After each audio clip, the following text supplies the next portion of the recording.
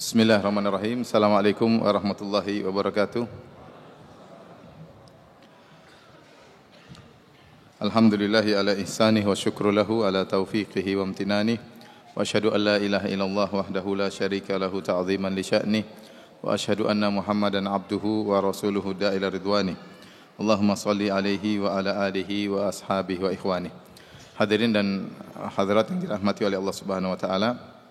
Alhamdulillah pada pagi hari ini kita memuji dan memuja Allah Subhanahu wa taala, bersyukur kepadanya atas segala limpahan karunia yang Allah berikan kepada kita sehingga kita bisa berkumpul di tempat yang suci ini dalam rangka untuk saling mengingatkan untuk bisa lebih mudah menuju akhirat yang baik ya. Salawat dan salam semoga tercurahkan selalu kepada junjungan kita Nabi Muhammad sallallahu alaihi wasallam dan juga kepada keluarganya serta seluruh sahabat beliau tanpa terkecuali. Pada kesempatan kali ini kita akan membahas tentang perkara yang penting ya bagi kebanyakan kita, terutama yang sudah berumah tangga ya, untuk mengingat kembali tentang hak-hak dan kewajibannya. Demikian juga penting bagi mereka para jomblo ya yang sedang berkhayal untuk bisa punya istri ya dan punya suami ya. Hendaknya mereka juga punya ilmu sebelum masuk dalam mahligai pernikahan. Ya, karena mengenal tentang hak-hak dan kewajiban ini perkara penting dalam kehidupan kita di atas muka bumi ini. Ketahuilah para hadirin dan hadirat yang dirahmati oleh Allah Subhanahu wa taala, setiap kita diliputi oleh hak dan kewajiban. Ya, setiap kita diliputi oleh hak dan kewajiban. Seorang yang bertakwa kepada Allah, yang lebih dia sorot adalah kewajiban dia daripada haknya. Bagaimana dia bisa keluar dari muka bumi ini dalam kondisi tidak ada kewajiban yang harus dia tunaikan. Seluruh kewajiban sudah dia kerjakan. Seluruh hak-hak orang lain sudah dia tunaikan. Adapun hak dia, kalau dia dapatkan alhamdulillah. Kalau dia tidak dapatkan di dunia, maka dia pasti dapatkan di akhirat. Sebagaimana sabda Nabi sallallahu alaihi wasallam, la tu'addunnal huquqa ila ahliha, ya, sungguhnya kalian akan menunaikan, mengembalikan hak-hak kepada pemiliknya. Hak pasti kembali. Barang siapa mengambil hak kita, tidak menunaikan hak kita, pasti akan kembali di dunia atau di akhirat. Sebagaimana tadi kata Nabi sallallahu alaihi wasallam, la tu'addunnal huquqa ila ahliha yaumal qiyamah hatta yuqada li syat jalha min asyatil qarna. Ya, kata Nabi sallallahu alaihi wasallam, sungguhnya kalian akan mengembalikan hak-hak kepada pemiliknya pada hari kiamat kelak. Jangankan manusia, sampai kata Nabi bahkan kambing yang tidak bertanduk akan mengambil haknya dari kambing yang pernah menanduknya tatkala di dunia. Kalau hewan saja akan dikembalikan haknya, apalagi manusia. Nah, kenyataan yang ada di masyarakat ya, kebanyakan orang lebih memperhatikan haknya daripada kewajibannya. Sehingga kalau haknya tidak dia tunaikan, tidak dia dapatkan, maka dia akan menuntut ya. Tetapi kalau kewajibannya tidak dia tunaikan, terkadang dia abaikan. Oleh karenanya Allah Subhanahu wa taala menyebutkan contohnya dalam surat Al-Mutaffifin, kata Allah Subhanahu wa taala, wailul lil mutaffifin. Celaka bagi orang-orang yang melakukan kecurangan. Tatfif itu adalah mengurangi timbangan sedikit, bukan banyak, sedikit aja dia kurangi sedikit. Karena kalau orang jual barang mengurangi timbangan banyak ketahuan, maka dia mengurangi sedikit yang tidak ketahuan, tetapi ternyata itu ketahuan oleh Allah Subhanahu wa taala. Tidak ketahuan oleh pembeli ya, tetapi ketahuan oleh Allah, diketahui oleh malaikat, dicatat oleh malaikat. Kata Allah, wailul lil mutaffifin. Celaka bagi orang-orang yang mengurangi takaran timbangan. Alladzina idza iktalu 'alan nas yastawfun. Kalau mereka membeli barang dari orang lain, mereka minta agar barangnya dipenuhi, timbangannya dipenuhi, ya, takarannya dipenuhi. Wa idza kaluhum aw wazanuhum yukhsirun. Tetapi kalau mereka jual barang kepada orang lain, mereka kurangi timbangannya, kurangi takarannya. Kata Allah, ala yadhunnu ulaika annahum mab'utsun. Tidakkah mereka tahu bahwasanya mereka akan dibangkitkan pada hari kiamat kelak. Ini berkaitan dengan jual beli. Namun pendapat sebagian ulama seperti Syekh Muhammad bin Saleh Al-Utsaimin rahimahullahu taala bahwasanya ayat ini umum berlaku kepada orang yang tidak menimbang dengan baik antara hak dan kewajiban. Seharusnya seorang pedagang dia menunaikan kewajibannya sebagaimana dia menuntut haknya.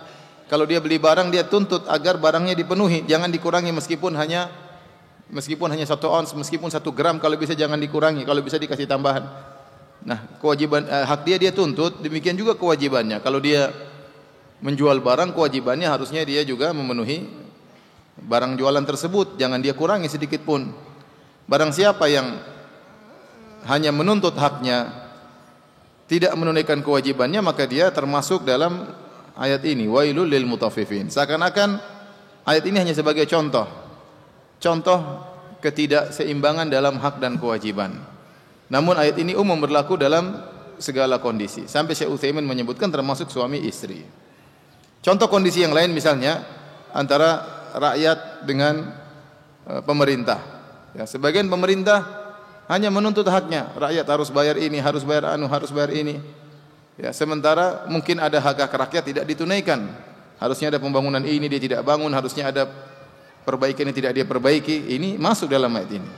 Sebaliknya juga rakyat hanya bisa nuntut pemerintah harusnya begini, harusnya begini, harusnya begini. Waktunya disuruh bayar enggak mau bayar ya. Hanya bisa nuntut. Sama juga masuk dalam ayat ini. Ya.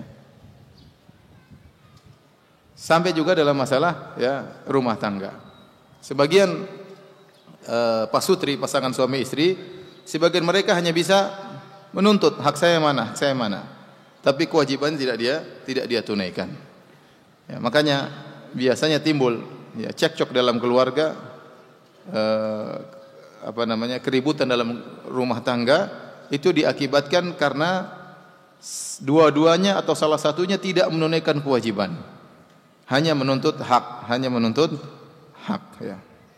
Hadirin dan hadirat yang dirahmati oleh Allah Subhanahu wa taala, oleh karenanya di antara tafsir dari firman Allah Subhanahu wa taala, fa idza ja'atis sakhah yauma yafirrul mar'u min akhihi wa ummihi wa abihi wa sahibatihi wa banihi likulli imri'in minhum yauma idzin sya'nu yughni. Dalam surat Abasa wa Tawalla.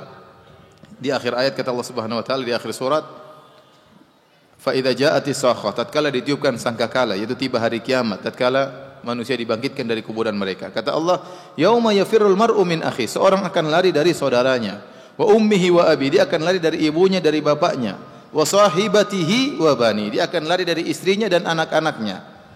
Kenapa dia lari dari orang-orang terdekatnya? Sebagian ahli tafsir menyatakan karena dia tidak ingin dituntut oleh mereka orang-orang terdekat ini.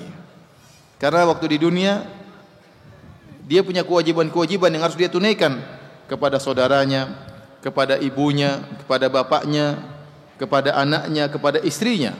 Ternyata dia tidak menunaikan kewajiban-kewajiban tersebut tatkala di dunia. Maka tatkala di akhirat dia akan kabur, lari dari mereka, khawatir dituntut oleh orang-orang terdekat tersebut ya. Maka saya ingatkan kembali bahwasanya seorang di dunia ini pasti dalam dirinya ada hak dan juga ada kewajiban. Maka yang harus dia fokuskan adalah kewajiban dia. Kewajiban saya apa? Terhadap pemerintah kewajiban saya apa? Terhadap orang tua kewajiban saya apa? Terhadap kakak adik kewajiban saya apa? Terhadap istri kewajiban saya apa? Terhadap anak-anak kewajiban saya apa? Terhadap kawan kewajiban saya apa? Terhadap kaum muslimin kewajiban saya apa? Kalau dia sudah tahu kewajibannya, tunaikan. Hak dia boleh tuntut. Kalau dia dapat alhamdulillah, kalau enggak pasti akan dikembalikan oleh Allah Subhanahu wa taala. Jangan sampai dia meninggal ternyata ada kewajiban orang lain, kewajiban yang harus dia tunaikan tidak dia tunaikan. Ternyata ada hak orang lain yang belum dia berikan kepada orang lain. Dan itu berbahaya pada hari kiamat kelak. Dari sini hadirin dan hadirat yang dirahmati oleh Allah Subhanahu wa taala, kita akan bahas tentang hak-hak suami istri. Kalau saya bilang hak-hak suami berarti kewajiban istri. Kalau saya bilang hak-hak istri berarti kewajiban apa?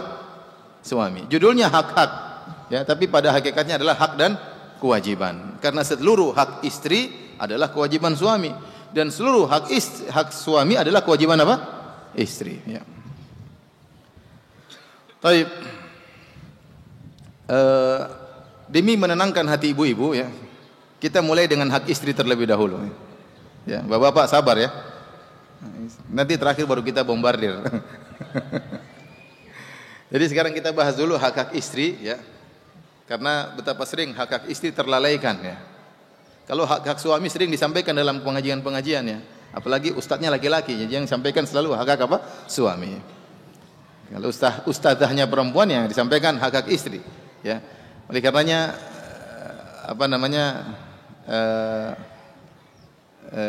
kita mulai dahulu untuk menenangkan ibu-ibu ya. Kita mulai dengan hak-hak istri.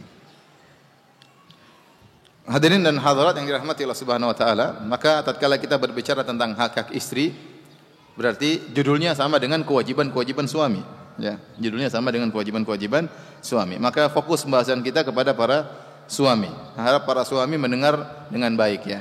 Istri-istri pura-pura tidak dengar enggak apa-apa ya. Yang paling penting adalah suami, karena ini berkaitan dengan apa? Para suami.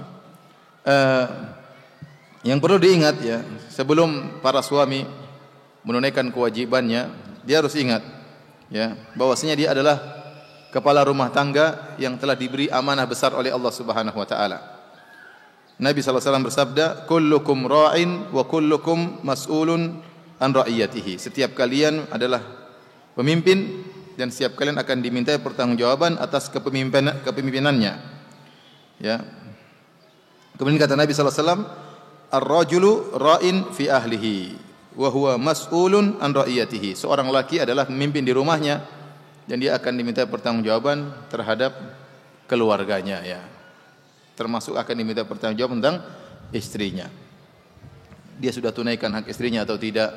Dia sudah bimbing istrinya atau tidak? Anak-anaknya.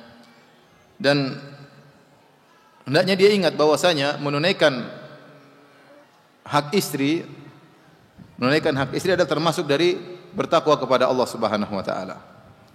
Nabi sallallahu alaihi wasallam bersabda, "Fattaqullaha fin nisa." Bertakwalah kepada Allah dalam urusan wanita, itu dalam menunaikan hak-hak para wanita. Harus bertakwa kepada Allah Subhanahu wa taala. Dan dia harus ingat pula ya, bahwasanya istri adalah amanah dari Allah Subhanahu wa taala. Nabi sallallahu alaihi wasallam bersabda, "Fa innakum akhadhtumuhunna bi amanatillah." Sungguhnya kalian telah mengambil istri-istri kalian dengan amanah dari Allah Subhanahu wa taala.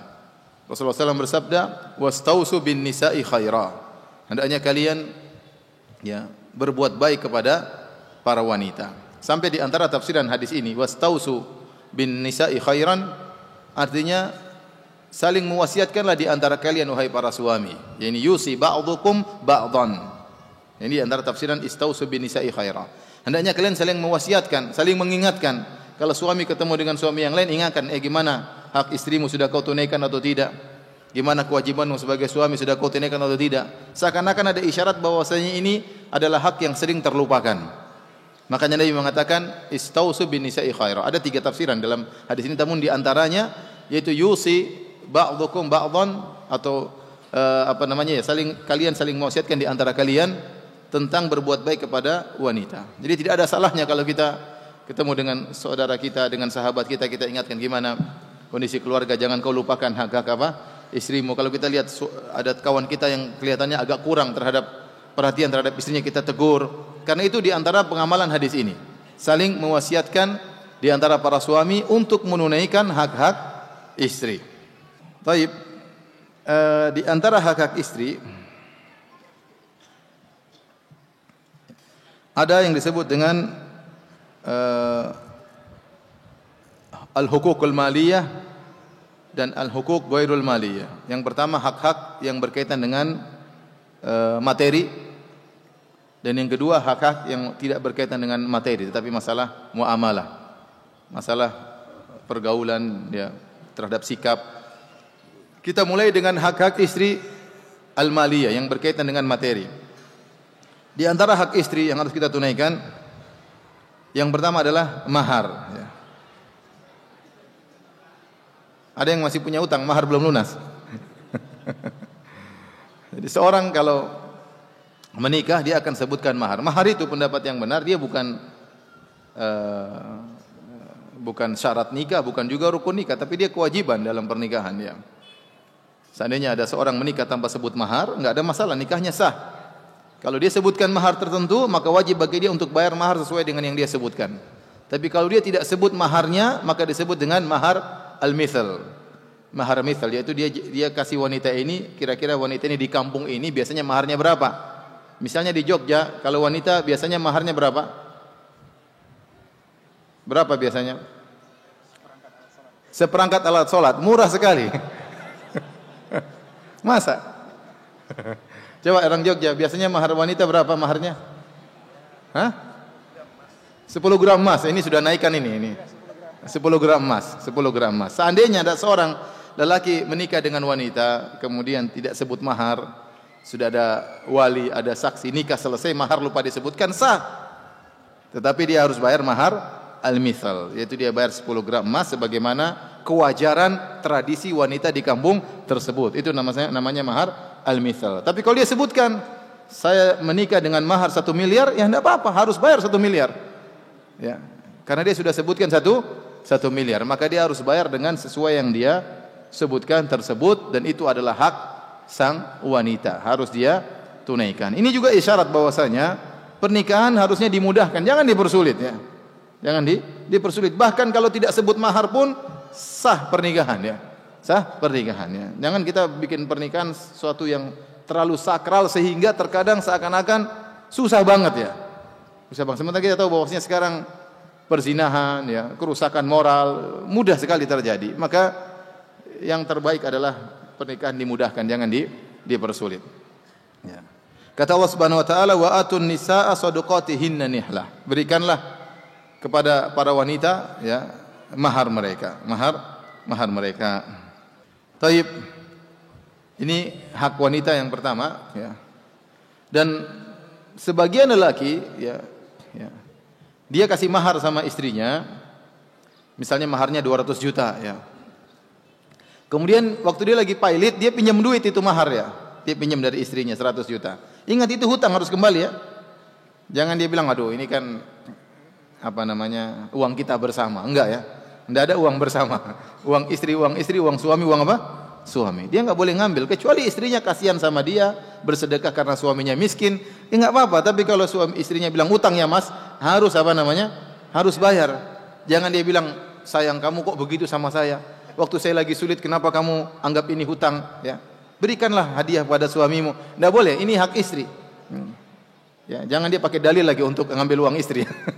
Ini hak istri, harus dia tunaikan. Ya, kalau dia pinjam dari istrinya utang, ya, istrinya berhak untuk apa? Menagih. Ya, istrinya berhak untuk menagih. Karena mahar tersebut adalah hak istri. Istrinya mau belikan emas, mau belikan apa, terserah istrinya. Hak berikutnya yang harus ditunaikan oleh suami adalah hak nafkah ya, bahwasanya lelaki wajib untuk menafkahi sang istri ya. Di antara hikmah disebut oleh para ulama karena sang istri kewajibannya di rumah, dia harus di rumah. Dia tidak bisa bekerja, ngurus suaminya, ngurus anak-anaknya, ngurus rumah tangga ya. Maka seluruh ya nafkahnya harus ditanggung oleh suaminya ya. Dan suami memberi nafkah kepada istrinya sesuai dengan kemampuan yang dia miliki. Kata Allah Subhanahu wa taala, liyunfik dzu sa'atin min sa'atihi. Seorang yang memiliki kelapangan harta hendaknya dia berinfak sesuai dengan kelapangannya. Kalau ternyata dia kaya raya, berikan kepada istrinya sesuai dengan kelapangan yang dia miliki. Kalau dia punya kaya raya, berikan mobil boleh ya. Apa terserah yang mudah. Ya, kalau dia tidak mampu ya sesuai dengan kemampuannya. Ya, wa man qudira alaihi rizquhu falyunfik mimma atahullah. Barang siapa yang disempitkan rezekinya oleh Allah Subhanahu wa taala, maka hendaknya dia berinfak menafkahi istrinya sesuai dengan kemampuannya, ya. Oleh karenanya kalau seandainya sang suami ya, tidak memberikan nafkah istrinya dan nafkah anak-anaknya, maka istrinya boleh mengambil diam-diam tetapi secukupnya, tidak boleh berlebih-lebihan. Ya. Kalau berlebih-lebihan namanya nyolong ya. Ya, dia menggunakan uang suaminya lebih daripada seharusnya.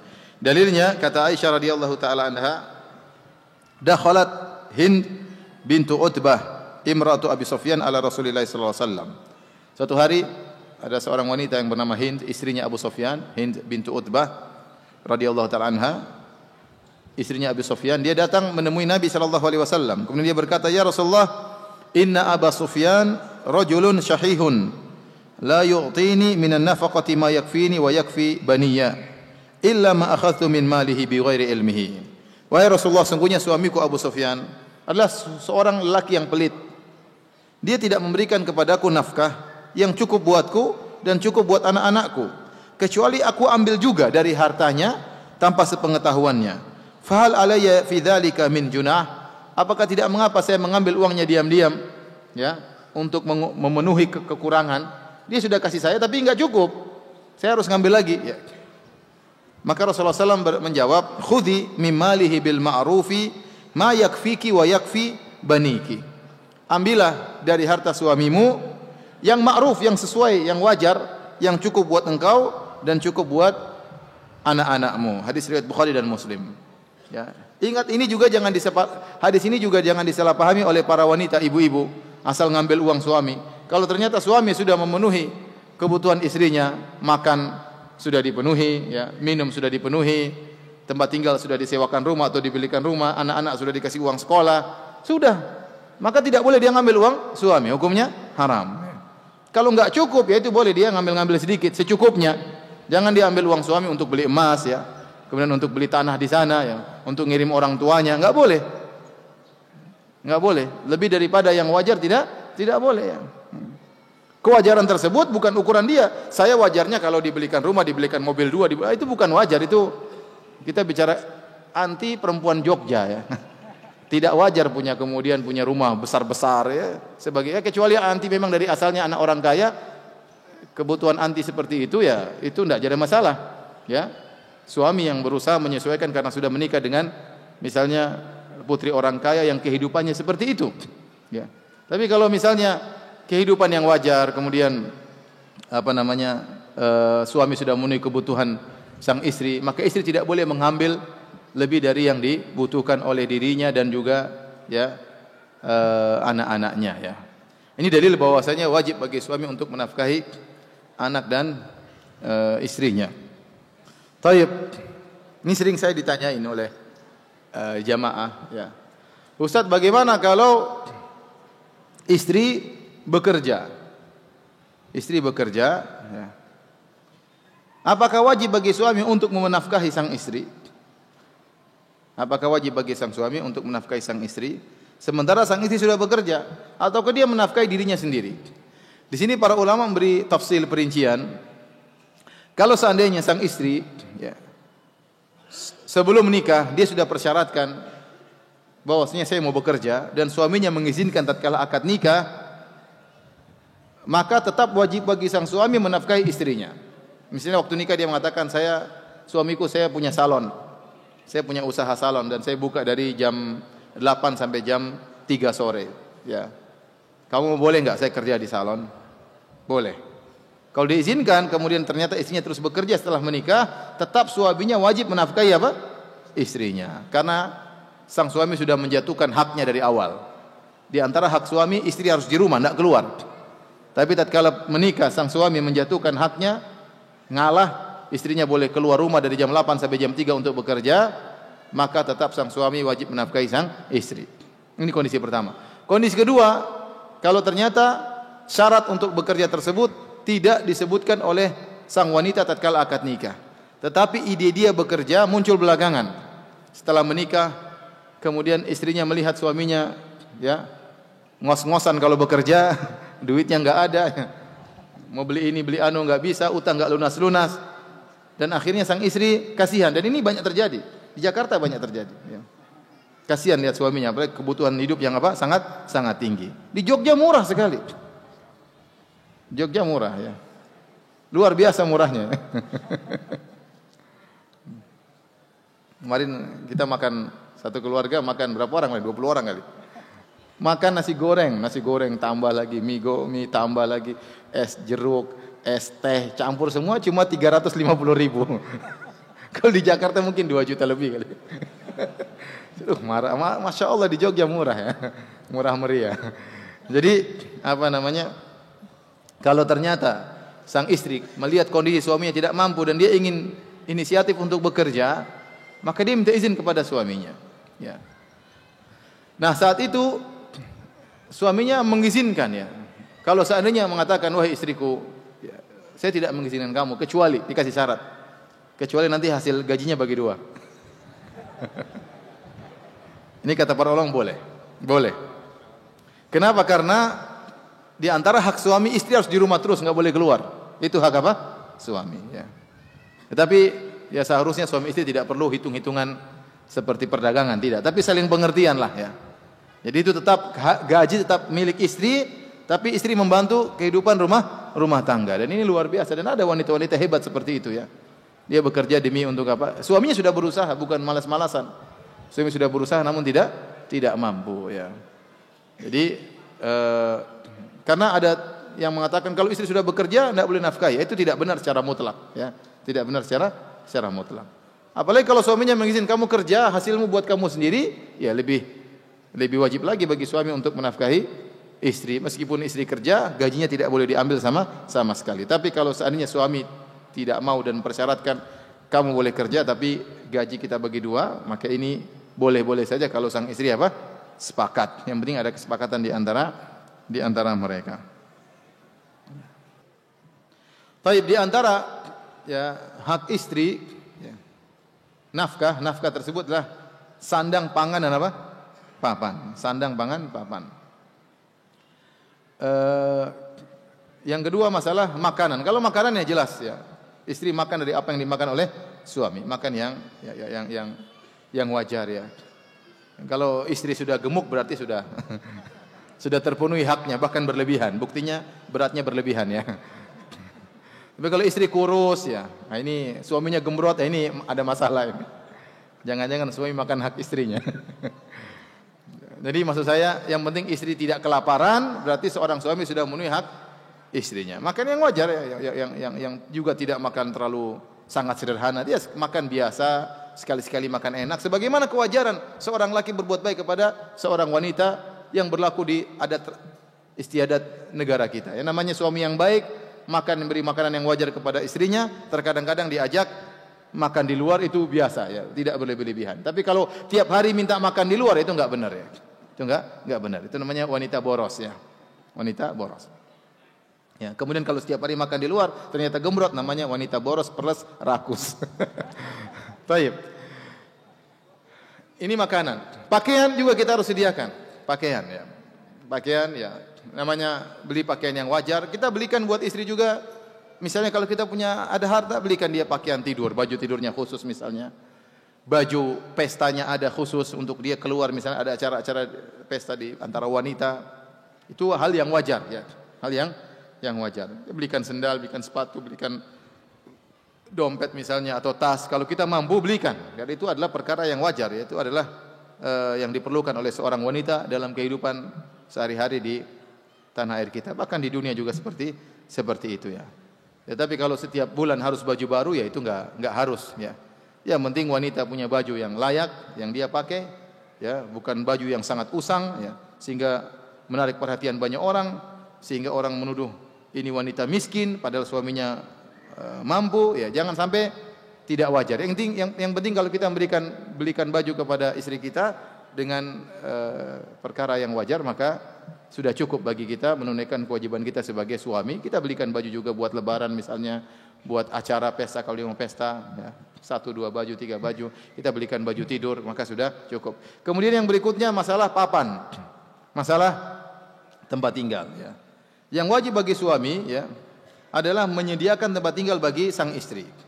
Apakah dengan membelikannya atau dengan menyewakannya? Dia sewakan tempat tinggal sudah cukup. Ya, tidak harus rumah tersebut milik sang istri. Tidak harus. Tergantung, ya, kelembutan hati, kebaikan hati seorang suami dan tergantung kemampuan ekonominya. Ya, yang penting istri bisa tinggal di tempat yang nyaman, tertutup dari pandangan lelaki asing. Ya, harga dirinya terjaga, ya, kehormatannya terjaga, dia sediakan tempat tinggal. Ya, ini perkara yang sangat penting, hadirin dan hadirat. Tempat tinggal yang kita harus siapkan bagi sang istri, tempat tinggal yang seharusnya adalah tempat tinggal yang dia tinggali sendiri. Tidak boleh kita ngajak ibu kita tinggal sama dia. Tidak boleh kita ngajak orang tua kita tinggal sama dia kecuali dengan keridhaan istri. Tidak boleh kita ngajak ipar kita tinggal di situ. Kita kakak kita, adik kita, ponakan kita semua tinggal di situ, ya. Cucu-cucu kita bawa situ juga. Enggak. Dia punya hak untuk tinggal sendiri. Dia punya hak untuk tinggal sendiri. Ini disebutkan oleh para fuqaha. Saya akan bacakan pernyataan sebagian para ulama. Contoh perkataan Al-Kasani rahimahullah, beliau berkata, "Walau arada zauj an yuskinaha ma'a dharratiha aw ma'a ahma'iha ka ummi zauj wa ukhtihi wa bintihi min ghairiha wa aqaribiha fa abad dzalika alaih fa inna alaihi an yuskinaha manzilan munfaridan." Kalau ternyata sang suami ingin menempatkan bersama istrinya satu rumah, dia menempatkan juga istri keduanya. Ini lelaki enggak punya duit, nekat poligami, ya. Enggak bisa sewa rumah, akhirnya istri keduanya juga diletakkan di mana? Di rumah yang sama. Ini gawat ini. Dan ini terjadi. Ya, ini terjadi. Saya pernah ditanya oleh sebagian kejadian sebenarnya. Jadi ikhwan nikah, kemudian dia letakkan istrinya satu rumah, memang petak-petak ya, tapi satu apa namanya? Satu rumah ya. Sehingga terkadang kalau suaminya sedang bercumbu dengan istri yang lain mendengarnya. Dan ini berat bagi seorang apa? Wanita. Tatkala dia berdesah, berdehem ya, istrinya yang lain mendengarnya. Ini tentu tidak bisa bagi seorang wanita yang pada dasarnya wanita memiliki sifat cemburu yang luar biasa. Maka ini mengganggu ketentraman sang wanita, ya. Dan ini tidak diperbolehkan seperti ini, ya. Ya. Kalau punya istri dua harus punya tempat tinggal yang berbeda. Ya. Ini disebutkan oleh para ulama. Ada cerita ya, kalau kawan-kawan kita di Afrika, mereka mudah sekali untuk apa? Poligami. Bahkan kalau nikah cuma satu dituduh enggak beres ini kamu. Kok cuma istri punya satu? Ya. Ya. Kalau dua, tiga ya baru diakui. Saya ketemu kawan saya. Gimana kabar? Berapa istrimu? 3 sekarang, Masya Allah.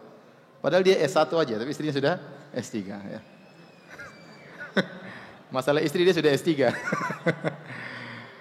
Jadi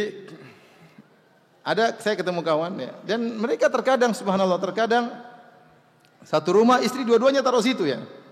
Ini sebenarnya tidak boleh secara syariat, tetapi kecuali istrinya mengizinkan ya. Mengizinkan dengan keridhaan, bukan dengan apa? Dengan terpaksa ya. Terpaksa enggak boleh, kita enggak boleh menempatkan dua istri dalam satu rumah karena mudaratnya besar. Enggak boleh ya. Cekcok rumah tangga, menyakiti salah satu di antara dua istri ya. Kalau bisa kedua istri tidak saling bertemu lebih baik mungkin kalau ada masalahnya seperti itu ya. Ya, intinya bertemulah kita dengan salah seorang kawan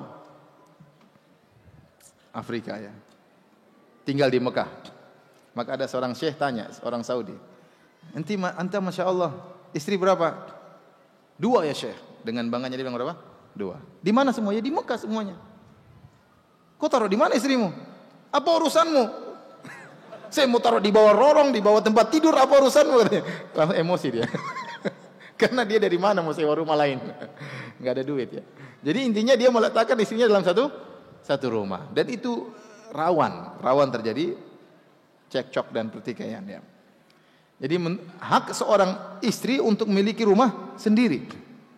Bahkan kata beliau di sini Al-Kasani rahimahullahu taala, demikian juga kalau dia ingin meletakkan ibunya, ummu zauj, atau saudarinya atau putrinya dari istri yang lain ya, atau dari kerabat-kerabatnya, fa abad dzalika alaihi, kemudian istrinya tidak mau, maka tidak boleh, maka wajib bagi sang suami untuk meletakkan istrinya di rumah yang tersendiri. Dari sini saya ingatkan kepada para suami, kalau ternyata kita belum punya kemampuan sehingga ternyata kita harus menempatkan ibu kita bersama istri kita ya. Dan ini sering rawan timbul cekcok antara ibu mertua dengan mantu perempuan. Ini sering terjadi apa? Cekcok. Maka kita harus tahu bahwasanya kita sudah mengambil sebagian hak dari istri. Maka dalam kondisi seperti itu kita harus banyak mengalah sama istri. Seharusnya istri punya rumah sendiri, ibu kita ditempatkan tempat yang tersendiri. Ya. Dan ibu harus mengerti bahwasanya masing-masing punya hak dan kewajiban. Di antara hak istri, suami menempatkan rumahnya sendiri, tidak digabung dengan keluarga kita, keluarga suami. Makanya kalau seandainya kita meletakkan keluarga kita tinggal bersama istri kita, tinggal bersama kita, entah ibu kita, entah bapak kita, entah adik kita, ipar kita dan yang lainnya ya, kerabat kita, maka kita harus benar-benar banyak mengalah kepada istri. Kenapa? Kita sudah mengambil haknya. Ya. Dan sebaliknya saya katakan kepada para wanita pun demikian. Kalau kita tahu kondisi suami kita ternyata belum memiliki kemampuan untuk punya 2 rumah atau 3 rumah dan dia punya kewajiban untuk mengurus ibunya, mengurus bapaknya, hendaknya sang wanita berlapang dada ya. Berlapang dada ya. Jangan membebani suaminya di luar kemampuannya. Ya. Saling mengertilah, saling mengerti. Ternyata ibunya harus tinggal bersama anaknya. Maka berusaha dia bantu merawat ibu mertuanya. Merawat meskipun tidak wajib bagi seorang mantu untuk merawat ibu mertuanya, tidak wajib. Tetapi saya katakan sebagai seorang wanita berakhlak mulia, ya, dia berusaha membantu suaminya ya mencapai keridhaan Allah Subhanahu wa taala. Maksud saya dalam hal ini saling pengertian. Saling pengertian. Karena sebagian suami terkadang memaksakan kehendak. Kamu harus terima kalau ibu saya di sini. Tidak boleh dia seperti itu karena itu hak istrinya. Tapi dia meminta kepada istrinya, "Tolong sayang, ini ibu saya tidak bisa jauh dari dia. Dia dalam kondisi sakit, saya ingin tinggal di rumah saya." Dia rayu istrinya sampai istrinya menjatuhkan haknya. Sehingga tidak ada ya masalah di akhirat nanti ya. Karena kita khawatir kalau kita maksa keluarga kita tinggal di rumah kita, ternyata istri kita tertolimi, terjadi permasalahan, kita yang salah. Nanti masalah di akhirat kita dituntut oleh Allah Subhanahu wa taala. Ya, jadi perlu kerjasama antara suami dan istri. Taib yang kedua, hak-hak wanita ghairul maliyah, yang bukan masalah harta tapi masalah sikap ya, masalah sikap. Yang pertama di antara hak istri adalah dia mendapatkan keadilan dari suaminya dalam masalah jatah nginap. Kalau suaminya punya istri lebih dari 1 ya, maka dia harus jatah nginap yang adil. Kalau istri pertama 3 hari, istri kedua juga 3 hari ya. Atau sehari ganti sehari ya, istri pertama, sehari istri kedua ya. Sebulan istri pertama, sebulan istri kedua. Dia harus adil di antara istri-istrinya ya. Dan kata para ulama, kalau suaminya kerja di siang hari, yang menjadi patokan nginapnya adalah malamnya. Karena itu waktu untuk dia bercengkerama, bermesraan dengan istrinya. Kalau siang suaminya mungkin kerja, tapi malam dia tidur bersama istrinya sesuai dengan jatah nginapnya. Ya. Makanya terkadang saya sedih melihat sebagian ikhwan yang kemudian berpoligami, namun dia tidak adil dalam hal ini. Ya, kemudian dia tinggal sama istri pertamanya 7 hari, sama istri keduanya cuma setengah hari. Ya. Atau sebaliknya, saking kesemsem sama istri keduanya, istri pertama cuma 1 hari, istri kedua 7 hari. Ya. Nggak boleh ya. Ingat, hal ini merupakan dosa besar. Ya, karena kita tahu bahwasanya di antara definisi dosa besar adalah diancam dengan ancaman khusus. Ya. Oleh karenanya dalam hadis disebutkan, man kanat lahum ra'atani famala ila ihdahuma jaa yaumal qiyamati wa shikkuhu ma'il. Barang siapa yang punya 2 istri, kemudian dia tidak adil kepada keduanya, dia condong kepada salah satunya, maka dia akan dibangkitkan pada hari kiamat dalam kondisi badannya miring. Ini bukan dosa biasa. Ini bukan dosa sederhana, ini dosa bahaya. Tidak adil kepada istri. Antum menzalimi seorang wanita. Menzalimi seorang wanita. Apa istri pertama atau istri kedua antum zalimi, bahaya. Antum akan dibangkitkan pada hari kiamat dalam kondisi badan miring, dilihat oleh khalayak, dilihat oleh banyak orang, memalukan. Ini toh si fulan yang jenggotnya panjang ternyata badannya miring. Yang jadi panitia pengajian ternyata badannya miring ya. Ini yang katanya ustaz ternyata badannya miring ya. Tapi kalau antum adil, antum tegak, bangga, cuek aja kan. Ya. Itu ustaz itu, badannya lurus jalan di akhirat. Kenapa? Dia adil kepada istri-istrinya. Kalau antum enggak usah khawatir, istri cuma 1. Ini kita bicara tentang orang yang punya istri 2 atau lebih, hati-hati ya. Di antara hak yang paling utama seorang istri adalah disikapi untuk adil oleh suaminya. Jangan sampai ternyata sang suami tidak adil. Yang parah ini sering terjadi pada orang yang menikah kucing-kucingan, tidak kasih tahu istrinya. Ya. Dan itu mudaratnya juga banyak terkadang ya.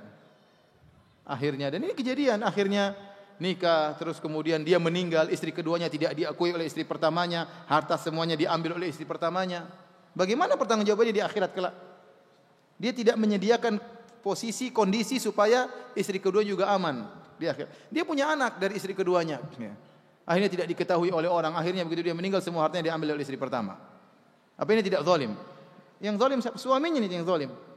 Tidak menyiapkan kondisi untuk menyelamatkan juga keluarganya yang kedua, ya. Maka seorang berhati-hati tatkala poligami, dia harus belajar betul bagaimana fikih poligami, bagaimana dikatakan seorang itu adil dalam berumah tangga, dan juga dia ingat bahwasanya istri dan anaknya juga punya hak, ya, harus dia tunaikan, ya. Jadi antara hak yang penting dari seorang wanita adalah disikapi dengan adil oleh suaminya, ya, oleh suaminya. Yang kedua tentunya adalah husnul isyrah, atau bersikap yang baik kepada istri. Istri punya hak untuk kita sikapi dengan baik. Allah berfirman, wa ashiruhunna bil ma'ruf, dan pergaulilah mereka dengan cara yang baik. Tadi sudah saya sebutkan, Rasulullah SAW bersabda, istausu bin nisa'i khairan. Hendaknya kalian berbuat baik kepada para wanita. Ya, kata Nabi SAW, fa innal mar'ata khuliqat min dhila. Sungguhnya wanita diciptakan dari tulang rusuk. Wa inna awaja syai'in fi dhila a'lahu. Yang paling bengkok dari tulang rusuk adalah bagian atasnya. Ya. Fa in dhahabta tuqimu kasartahu. Kalau kau ingin luruskan tulang rusuk tersebut, kau akan patahkan. Tidak mungkin tulang rusuk tersebut akan lurus. Kalau tulang rusuk tersebut lurus, itu bukan namanya tulang rusuk. Itu namanya tulang lurus. Namanya tulang rusuk pasti apa? Bengkok. Dan demikianlah wanita, dia pasti memiliki kebengkokan. Ingat hadis ini saya sudah bahas dalam pengajian tersendiri. Rasulullah SAW menyebutkan wanita terciptakan dari tulang rusuk yang bengkok bukan dalam rangka untuk kita hina wanita tersebut, dasar bengkok, ya. Enggak. Tapi Rasulullah menyebutkan kekurangan wanita ini sebagai uzur agar kita berbuat baik kepada dia. Makanya di awal hadis kata Nabi, istausu bin nisa'i khaira, berbuat baiklah kepada wanita. Di akhir hadis Nabi tutup juga dengan perkataannya, wastausu bin nisa'i khaira. Karenanya berbuat baiklah kepada wanita. Ya. Karena wanita itu, ya, dia pasti punya kekurangan. Dia pasti bengkok. Ini harus disadari oleh para wanita. Wanita ingat, antuna itu bengkok, jangan merasa lurus, ya. Ya. Dan para lelaki harus sadar bahwasanya tatkala istrinya bengkok, dia harus mensikapinya dengan lemah lembut. Ya. Ini menunjukkan akhlak mereka yang susah untuk diluruskan. Bahkan disebutkan oleh sebagian ulama, tatkala Nabi berkata, fa inna awaja syai'in fi dhilla a'lahu, yang paling bengkok adalah atasnya. Maksudnya apa? Lisannya. Lisan wanita. Dia mengatakan lisannya bagian atas, ya. Ada yang mengatakan perangainya. Susah untuk apa? Diluruskan, ya. Harus sabar, ya. Harus sabar untuk menasihati para wanita. Diulang-ulang dinasihati, ya. Ya, dengan apa namanya? Dengan cara yang berbagai macam cara, sehingga kita tatkala mengetahui hadis ini kita lebih bersabar terhadap wanita. Kita akan sebutkan beberapa contoh tentang akhlak Nabi terhadap istri-istrinya. Tentunya sudah antum sering dengar banyak, ya. Ya, di antaranya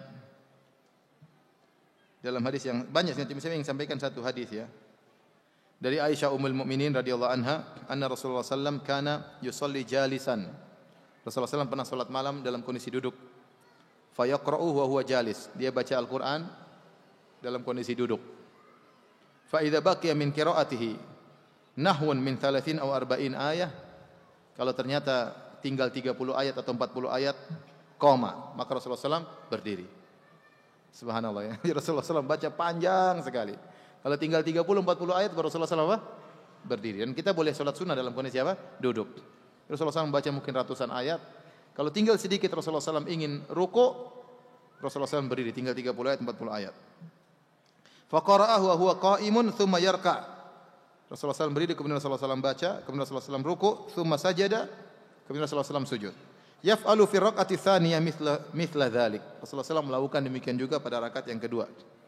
Fa idza qadha salatahu, kalau Rasulullah SAW sudah selesai salat, nadhara, maka Rasulullah SAW melihatku. Fa in kuntu yaqdha, kalau saya dalam kondisi sadar, tahaddath ma'i. Rasulullah SAW ngobrol dengan saya. Wa in kuntu na'ima ittaja. Kalau Nabi SAW lihat aku tidur, maka Rasulullah SAW berbaring. Jadi Rasulullah SAW selesai salat malam ngobrol dengan apa? istrinya. Ya. Sibuk sholat malam, masih sempat untuk ngobrol sama istrinya. Ya. Lihatlah bagaimana Nabi SAW sedang iktikaf. Tahu-tahu dikunjungi oleh Sofia radhiyallahu taala anha. Rasulullah SAW sedang iktikaf ini. Tahu-tahu dikunjungi oleh Sofia di malam hari. Rasulullah SAW ngobrol dengan Sofia. Padahal namanya hakikat iktikaf adalah qatul alaik anil khalaik wal ittisali bi khidmatil khaliq. Sebagaimana perkataan Ibnu Rajab, iktikaf adalah memutuskan hubungan relasi dengan seluruh makhluk dan menyambung hubungan kepada Allah Subhanahu wa taala. Rasulullah SAW sampai membuat semacam kemah-kemahan agar dia sibuk beribadah. Tetapi tatkala istrinya datang, dia putuskan semuanya. Mungkin berhenti dari baca Qur'annya, berhenti dari salatnya, berhenti dari zikirnya, ngobrol sama istrinya. Ngobrol sama istrinya. Sempatkan ngobrol sama istrinya. Dia tidak bilang, "Kamu tuh udah tahu Abi lagi itikaf, ganggu lagi. Apa enggak ada waktu lain? Nanti aja habis lebaran." Enggak ya. Rasulullah SAW ngobrol sama istrinya. Setelah itu Rasulullah SAW bahkan ngantar dia pulang. Sampai Rasulullah SAW keluar masjid untuk ngantar istrinya pulang. Padahal kita tahu orang itikaf tidak boleh keluar dari masjid kecuali dalam kondisi darurat. Untuk urusan makan, buang hajat, boleh kalau di masjid tidak menyediakan makanan ya. Dia keluar ngantar apa? Istrinya ya. Ini menunjukkan perhatian Nabi terhadap istrinya ya.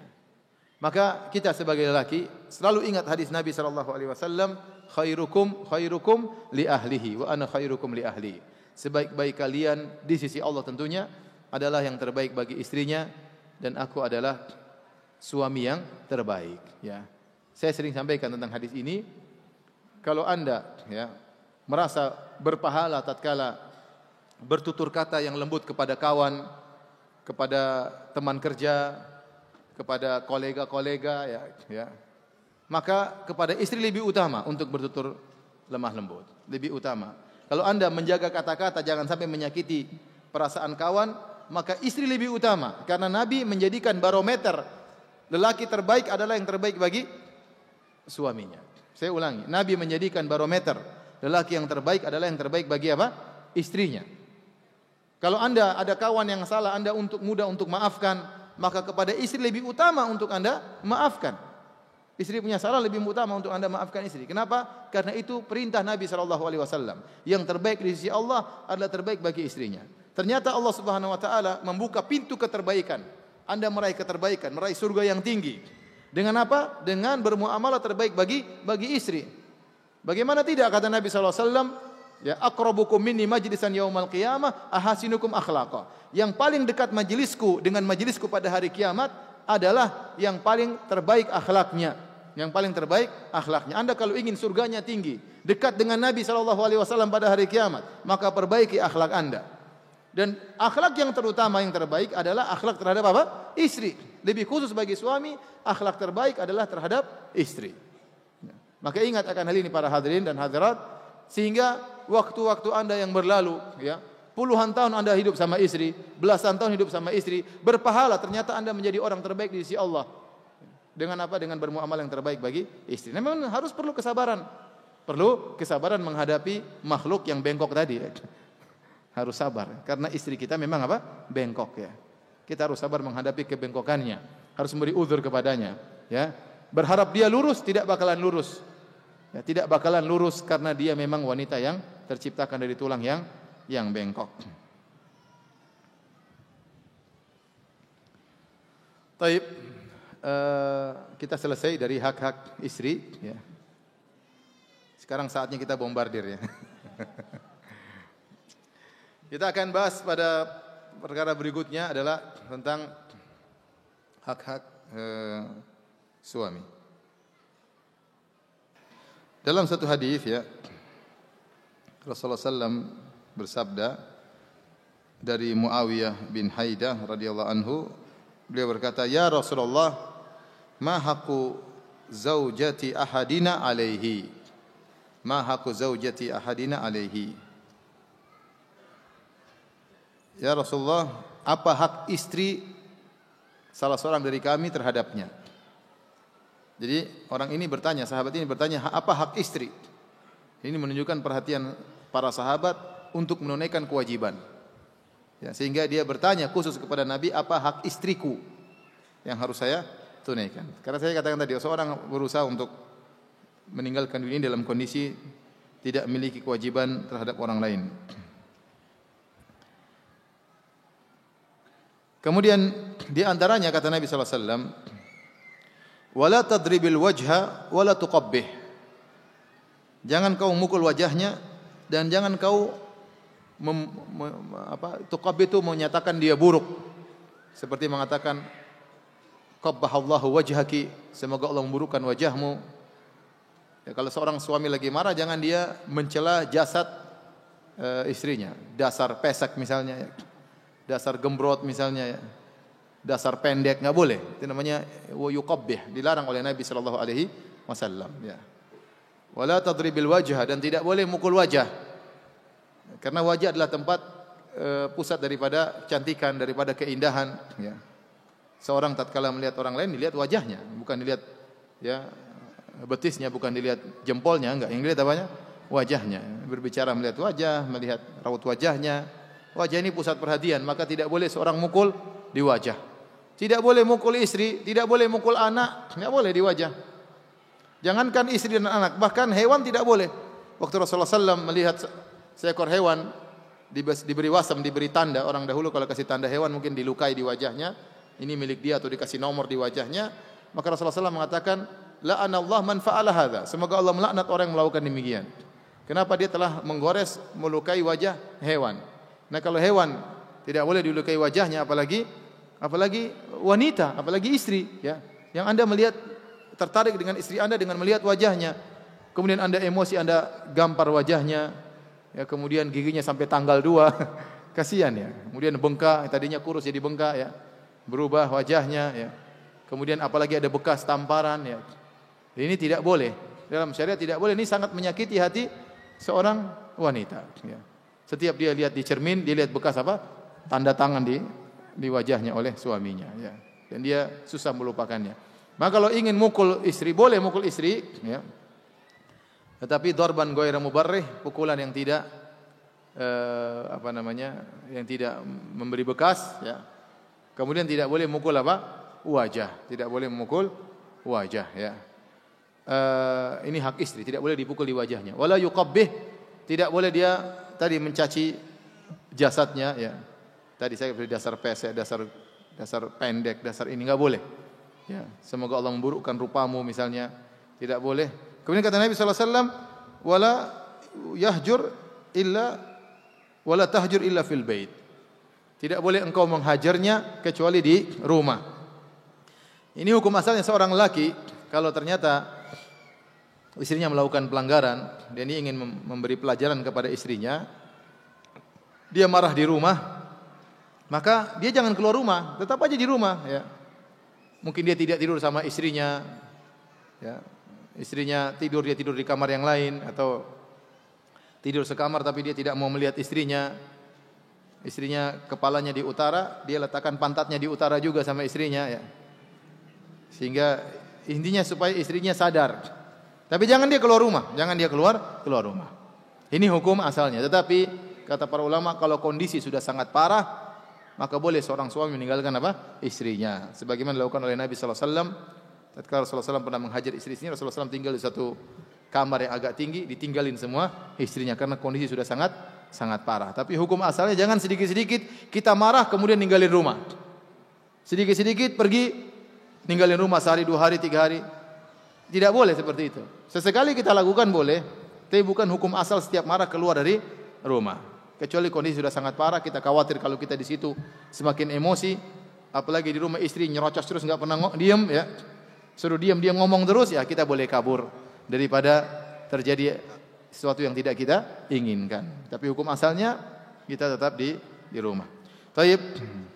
Ibu yang dirahmati Allah Subhanahu wa taala, pembahasan berikutnya khusus buat ibu-ibu, tolong diperhatikan, didengar dengan saksama, dicatat dalam relung hati ya. Jangan sampai dilupakan. Kalau lupa, Bapak-bapak tolong ingatkan ya. Hadirin dan hadirat yang dirahmati Allah Subhanahu wa taala, terutama ibu yang dirahmati Allah Subhanahu wa taala. Seorang wanita muslimah berusaha mendekatkan dirinya kepada Allah dengan berbakti kepada suaminya. Hendaknya dia sadar bahwasanya surganya ya berada di suaminya ya. Oleh karenanya Nabi SAW pernah bersabda, fa innahu jannatuki aw naruki. Sungguhnya suamimu itu adalah surgamu atau nerakamu. Kalau seorang wanita meninggal dunia dalam kondisi suaminya ridha, maka ketahuilah pintu surga sudah terbuka selebar-lebarnya buat dirinya. Ya. Atau sebaliknya suaminya meninggal dalam kondisi ridha melihatnya, senang melihatnya, maka ini pintu surga terbuka lebar baginya. Oleh karenanya hak suami sangat besar. Sampai-sampai Nabi SAW bersabda, "Lau kuntu amiran ahadan an yasjuda li ghairillah la amartul mar'ata an tasjuda li zawjiha." Kalau saya boleh memerintahkan seorang untuk sujud kepada selain Allah, maka saya akan perintahkan wanita untuk sujud kepada suaminya. Oleh karenanya seorang wanita jika ingin berbakti kepada suaminya, dia harus mengenal apa saja hak-hak suaminya agar bisa dia tunaikan. Apa saja hak suaminya agar bisa dia tunaikan. Di antara hak yang pertama dan paling utama, hak seorang suami ditunaikan oleh seorang wanita adalah taat kepada suaminya. Ini hak yang paling berat dan yang paling besar pahalanya. Yang paling besar pahalanya. Dan kalau hak ini dilanggar juga, ini yang paling besar dosanya. Masalah taat ini masalah penting bagi seorang wanita terhadap suami. Ya. Sama saya katakan, berkaitan seorang dengan orang tuanya. Kita tahu di antara pahala paling besar, taat kepada orang tua, berbakti kepada kedua orang tua. Di antara dosa yang paling besar, durhaka kepada kedua orang tua. Ya. Ya, makanya waktu Rasulullah SAW ditanya, ayul amali ahabbu ilallah, amal apa yang paling dicintai oleh Allah Subhanahu Wa Taala? Maka Rasulullah SAW berkata, as-salatu ala waktiha, salat pada waktunya. Yang kedua, birrul walidain, berbakti kepada kedua orang tua. Waktu Rasulullah SAW ditanya, Rasulullah berkata, ala unabbiukum bi akbaril kabair, maukah aku kabarkan kepada kalian tentang dosa yang paling besar? Kata para sahabat, bala ya Rasulullah, apa dosa tersebut? Kata Rasulullah SAW, al-isyraku billah, syirik kepada Allah. Yang kedua, uququl walidain, durhaka kepada kedua orang tua. Jadi, sebagaimana tauhid dosanya, pahalanya paling besar, syirik dosanya paling besar. Sebagaimana berbakti kepada kedua orang tua, pahalanya paling besar, durhaka kepada kedua orang tuanya adalah dosa paling besar. Sebagaimana taat kepada suami, pahalanya sangat besar, durhaka kepada suami juga dosanya sangat besar. Oleh karenanya Nabi SAW menjelaskan di antara sebab yang paling banyak menjadikan wanita masuk neraka karena tidak taat kepada suami. Waktu sholat Id, Rasulullah SAW berjalan bersama Bilal menuju kepada saf para wanita agar mereka lebih dengar dengan baik. Sampai Rasulullah SAW berjalan maju menuju saf para wanita. Berarti nasihat khusus kepada mereka agar mereka lebih mendengar dengan saksama. Kata Nabi SAW, ya ma'syaran nisa tasaddaqna, wahai para wanita bersedekah kalian.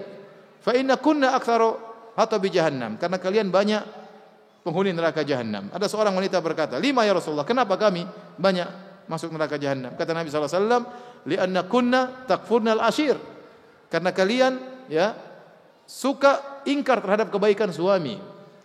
Dalam riwayat tukthirna syaka, kalian suka mengeluh. Ya. Wa tukthirna la'na, kalian suka mengumpat. Di antaranya kata Nabi SAW, kalian tidak suka bersyukur kepada suami. Suami melakukan banyak kebaikan tidak disyukuri. Di antara tidak bentuk syukur kepada suami adalah apa? Membantah, membangkang ya, kepada suami. Saya tanya sama antum, kalau antum bos punya anak buah pegawai, kalau pegawai dikatakan pegawai yang bersyukur bagaimana? Disuruh taat atau tidak? Suruh dikasih gaji yang baik, suruh nurut. Misalnya kita punya supir kita gaji dia sebulan berapa juta. Kalau kita bilang supir yang pandai berterima kasih, supir yang bagaimana? Disuruh taat atau tidak? Suruh taat, di sini nurut, sana ke sini nurut, kamu nganterin nurut. Tapi kalau kita sudah kasih gaji sama supir, kita bilang tolong antarin, bos bawa sendiri deh, ngapain? Ini supir kurang ajar seperti ini. Sama kalau kita punya pembantu yang pandai bersyukur, kita suruh misalnya pandai berterima kasih, bibi masakin ini bi, dia segera nurut ya. Kenapa? Dia berterima kasih kepada tuannya. Ya. Tapi kalau dia tidak pandai bersyukur, bi gorengan telur, bos goreng sendirilah, saya lagi capek. Ini namanya pembantu kurang ajar. Ya, di antara bukti tidak bersyukur seorang wanita kepada suami itu membangkang, membantah, tidak taat, berteriak-teriak di hadapan apa? Suami. Dan itu paling berbahaya. Dan ini bukan dosa sederhana wahai ibu-ibu. Ini dosa besar. Dosa besar menjerumuskan orang dalam neraka jahanam, bahkan sebab terbesar menjerumuskan wanita dalam neraka jahanam. Setuju Bapak-bapak? Setuju. Setuju atau tidak? Setuju. Setujunya keras banget. Jadi sebaliknya taat kepada suami pahalanya sangat besar. Makanya ini gawat, hati-hati. Bisa masuk surga paling tinggi, bisa masuk neraka paling bawah, bahaya. Gara-gara masalah taat kepada suami. Oleh karenanya Rasulullah SAW bersabda tentang masalah ketaatan. Kata Nabi SAW, "Idza shallatil mar'atu khamsaha." Kalau seorang wanita salat 5 waktu, ya. Kemudian wa shamat syahraha, kemudian dia puasa di bulan Ramadan. Kemudian wa hafizat farjaha, dia menjaga kemaluannya, tidak selingkuh. Wa ata'at ba'laha, kemudian dia taat kepada suaminya, qila laha, dikatakan kepada wanita ini, udkhilil jannata min ayyi abwabil jannati syi'ti. Masuklah engkau ke dalam surga dari pintu mana saja yang kau kehendaki. Mudah, salat 5 waktu, enggak usah salat-salat sunnah, enggak usah. Enggak usah salat malam, enggak usah salat tahajud, enggak usah salat duha, ya, enggak usah salat rawatib, ya. Enggak usah salat tobat. Enggak usah salat-salat. Sudah 5 waktu aja, enggak usah qobliyah ba'diyah, enggak usah. Ya, enggak usah salat tahiyatul masjid, enggak usah. Enggak usah salat Id, enggak usah, ya. Salat 5 waktu. Mudah kan? Enggak susah. Yang kedua, wa shamat syahraha, puasa bulan Ramadan. Enggak usah puasa Asyura, enggak usah puasa Syawalan, ya. Percuma puasa Syawal bentak-bentak suami tiap hari. Enggak usah puasa Syawalan, enggak usah puasa apa lagi? Senin Kemis enggak usah. Puasa Muti enggak usah. Puasa apa lagi? Daud enggak usah, ya. Enggak usah puasa-puasa gitu, enggak usah. Cukup puasa bulan apa? Ramadan. Ini syarat kedua, puasa salat 5 waktu, puasa bulan Ramadan. Yang ketiga, jaga kemaluannya, jangan selingkuh. Jangan telepon-teleponan sama cowok yang lain, ya. Jangan berkelana di Facebook ketemu dengan pacar-pacar lama, ya. Ya. Jangan surat-suratan sama, enggak ada zaman sekarang surat-suratan, ya.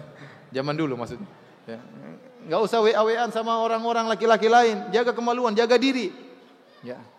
Jangan telepon-teleponan sama suami orang. Ada telepon-telepon sama suami orang setengah jam. Ngapain aja telepon sama semua orang setengah jam? Ada kelezatan, makanya dia telepon lama. Kalau enggak ada kelezatan, ngapain telepon lama? Hati-hati. Ya. Ibu-ibu sekalian, bapak-bapak juga, ya. Bukan cuma ibu-ibu saja.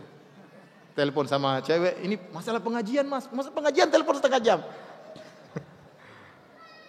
Ada kelezatan dia telepon sehingga dia nikmat telepon setengah jam. Enggak boleh. Jaga kemaluannya. Jaga kemaluannya, dan semua mukaddimah yang mengantarkan kepada dia tinggalkan seluruhnya. Dia jaga dirinya hanya untuk suaminya. Yang keempat, wa ata'at ba'laha, taat kepada suaminya. Subhanallah, apa balasannya? Dikatakan kepadanya, masuklah engkau ke dalam surga dari pintu mana saja yang mau kau kehendaki. Pahalanya luar biasa. Dan sebagaimana perkataan para ulama, wanita kalau sudah menikah dengan seorang laki, maka lebih wajib bagi dia untuk berbakti kepada suaminya daripada kedua orang tuanya. Kenapa bisa demikian, Ustaz? Begitulah aturan syariat. Begitulah aturan syariat. Loh Ustaz, ibu saya yang mengandung saya, bapak saya, sudah itu aturan syariat. Mau diapain? Syariat mengatakan demikian. Lebih taat kepada suami daripada orang tuanya, terutama dalam urusan rumah tangga maksud saya. Ya. Maka anti seorang wanita yang solehah, ya, wanita muslimah, solehah, bermanhaj salaf, ya. Apalagi bercadar, ya. Maka bertakwa kepada Allah Subhanahu wa taala, ya. Kalau anti tatkala mengangkat suara di hadapan orang tua merasa berdosa, kalau mandang sinis kepada orang tua merasa berdosa, kalau maki orang tua merasa berdosa, maka demikianlah tatkala memaki suami, tatkala mencela suami, tatkala merendahkan suami. Kalau anti merasa memilih tutur kata yang halus kepada orang tua merasa dapat pahala, kalau anti memijit kaki orang tua merasa dapat pahala, kalau anti menyediakan makanan buat orang tua merasa dapat pahala, maka demikianlah hadirkan perasaan tersebut terhadap suami anti.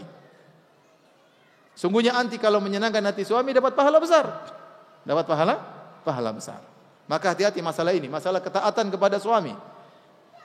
Bisa mengantarkan kepada surga yang tinggi dan bisa menjatuhkan ke dalam neraka jahanam.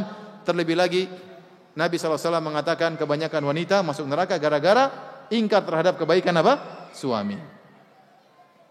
Ibu-ibu dicatat atau tidak? Jangan-jangan masuk keluar kanan, masuk telinga kanan, keluar telinga kiri. Itu masih mending. Ada yang enggak sempat masuk, ting langsung keluar.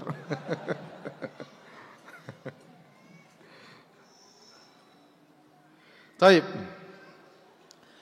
Tetapi kalau suami memerintahkan kepada perkara yang haram, maka tidak boleh ditaati. Tidak boleh ditaati. Kata Nabi SAW, la ta'ata li makhlukin fi ma'siyatil khaliq. Tidak ada ketaatan bagi makhluk dalam rangka bermaksiat kepada Allah Subhanahu wa taala. Dalam satu hadis ada seorang wanita, dia berpenyakitan sehingga rambutnya gugur. Kemudian suaminya minta kepada ibu mertuanya, "Mak, tolong sambung rambut istri saya supaya kelihatan lebih cantik, lebih indah." Maka wanita ini datang kepada Nabi sallallahu alaihi wasallam kemudian bertanya, "Ya Rasulullah, suaminya menyuruhku untuk menyambung rambut putriku," itu rambut istrinya. Maka Nabi sallallahu alaihi wasallam, "Qad lu'inal musilat." Bukankah wanita yang para penyambung rambut telah dilaknat? Kemudian Nabi sallallahu alaihi wasallam bersabda, "La ta'ata li makhluqin fi ma'siyatil khaliq." Tidak ada ketaatan kepada makhluk dalam rangka bermaksiat kepada Allah Subhanahu wa taala. Memang wanita taat kepada suami, tetapi kalau ternyata suaminya memerintahkan kepada maksiat, maka tidak boleh dia taati. Ya. Saya ingatkan kepada suami, bukan berarti setelah pengajian ini terus pulang sama istri itu. Tadi Ustaz Firanda bilang apa ya? Sedikit kamu harus taat. Sementara kemudian dia lupa dengan kewajibannya. Dia boleh nuntut istrinya untuk taat, tapi dia harus juga menunaikan apa? Kewajibannya. Kapan dia berakhlak mulia terhadap istri? Kapan dia menunaikan kebutuhan istri? Kapan dia ajak jalan-jalan istri? Ya. Kapan dia belikan keperluan istri? Kapan dia belikan emas istrinya? Ya. Hanya nuntut wajib taat, sabar, qanaah. Kamu harus cantik. Ya Mas, saya mau ke salon Mas. Berapa salonnya? 2 juta. Udah qanaah saja, qanaah. Waktu minta duit ke salon suruh qanaah. Terus istrinya suruh cantik. Emang cantik enggak pakai modal? Pakai modal ya akhi. Ente mau istri ente cantik, ente enggak mau kasih modal. Ya, enggak benar seperti itu ya. Istri cantik kasih modal. Ke salon butuh biaya ya. Beli parfum pakai biaya ya. Ya. Istri kamu harus langsing, harus cantik, harus gini ya. Suruh fitness enggak usah fitness, jalan lari depan rumah saja enggak usah. Ya, depan rumah dilihat orang banyak lah, kasihan ya. Jadi maksud saya jangan hanya bisa nuntut ya. Ini saya menyampaikan terhadap ibu-ibu supaya mereka perhatian, dan lelaki bukan berarti kemudian menuntut tanpa memperhatikan kewajiban. Kita kembali.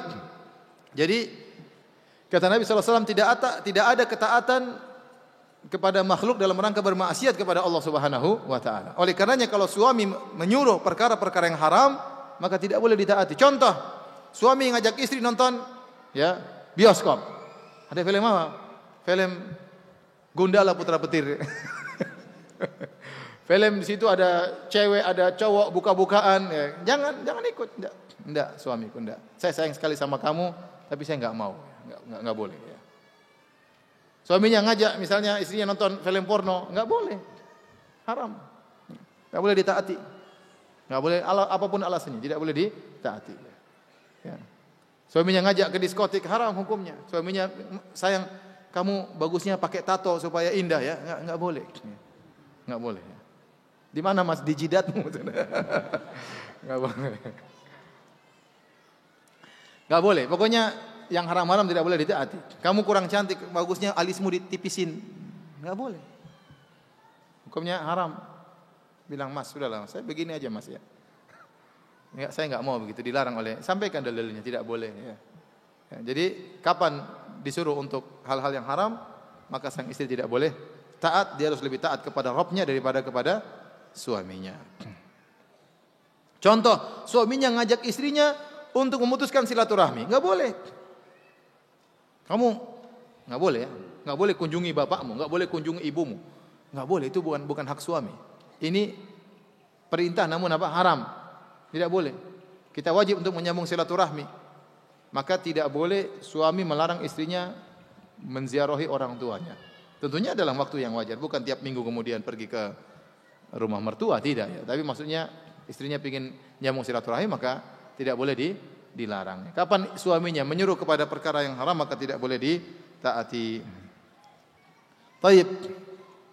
Oleh karenanya Rasulullah SAW menyebutkan di antara ciri-ciri wanita penghuni surga, ya, yaitu wanita yang berusaha tidak membuat suaminya marah, berusaha menenangkan hati suaminya. Kalau suaminya marah dia mengalah.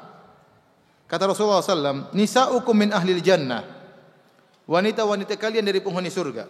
Dengar baik-baik ibu-ibu. Al-wadudul waludul a'ud.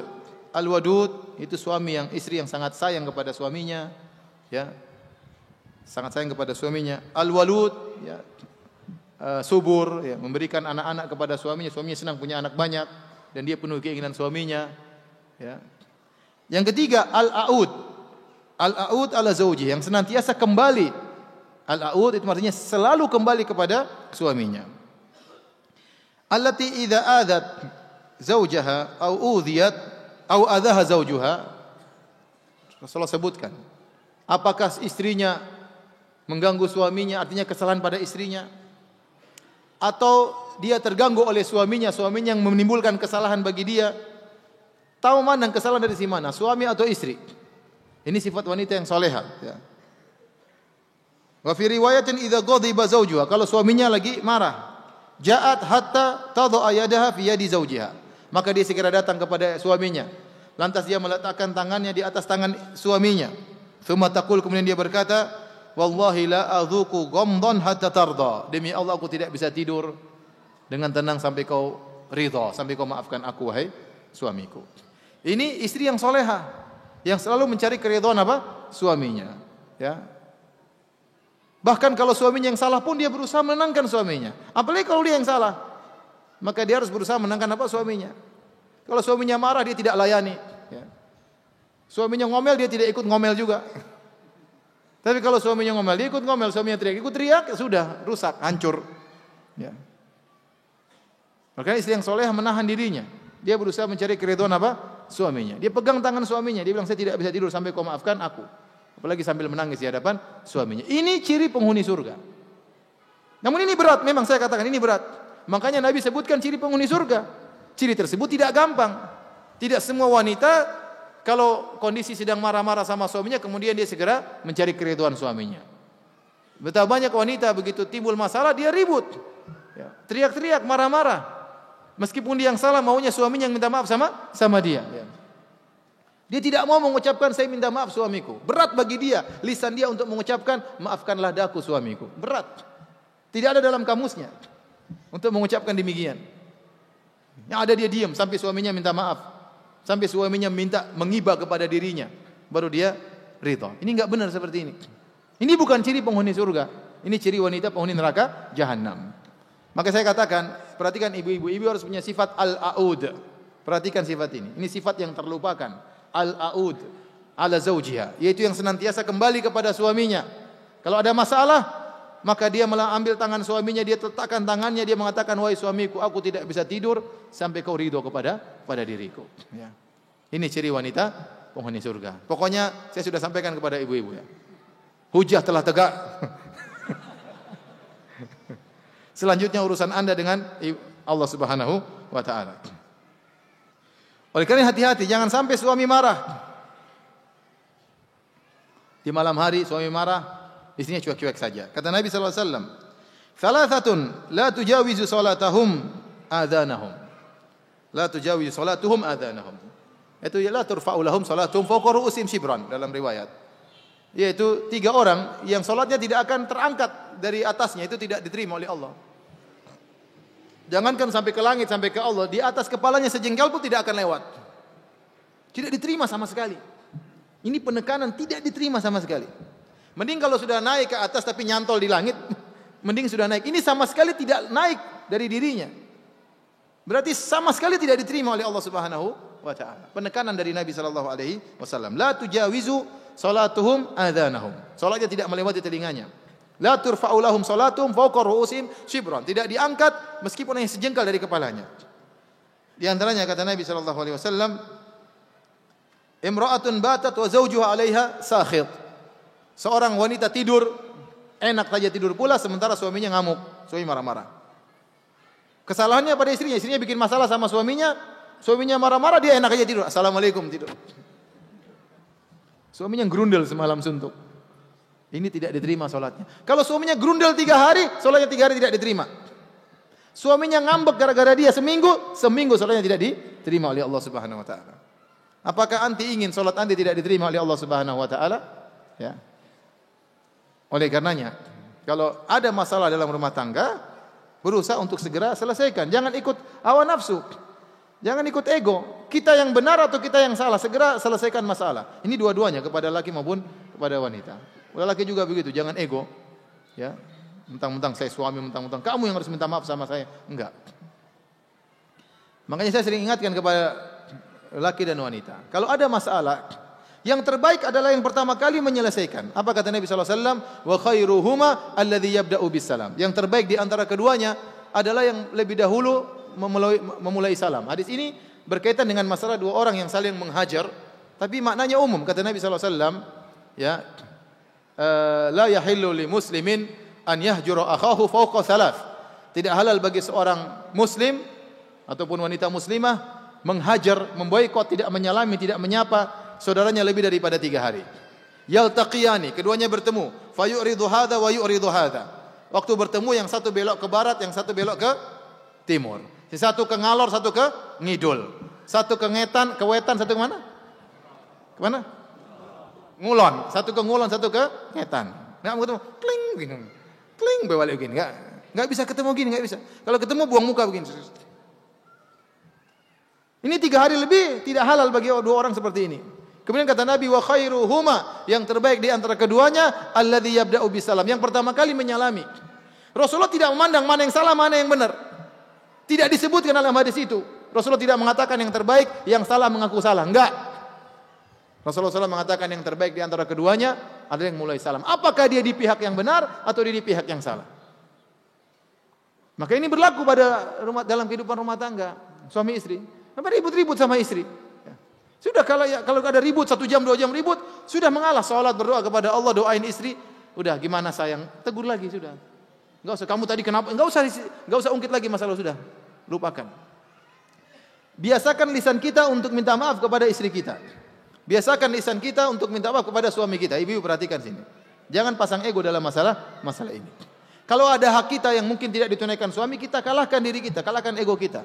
Makanya Rasulullah SAW mengatakan wasulhu khair wa uhdiratil anfusus syuh. Perdamaian itu baik, namun jiwa ini dihadiri oleh rasa pelit tatkala mau damai. Maksudnya pelit apa? Tidak mau haknya dijatuhkan, tidak mau.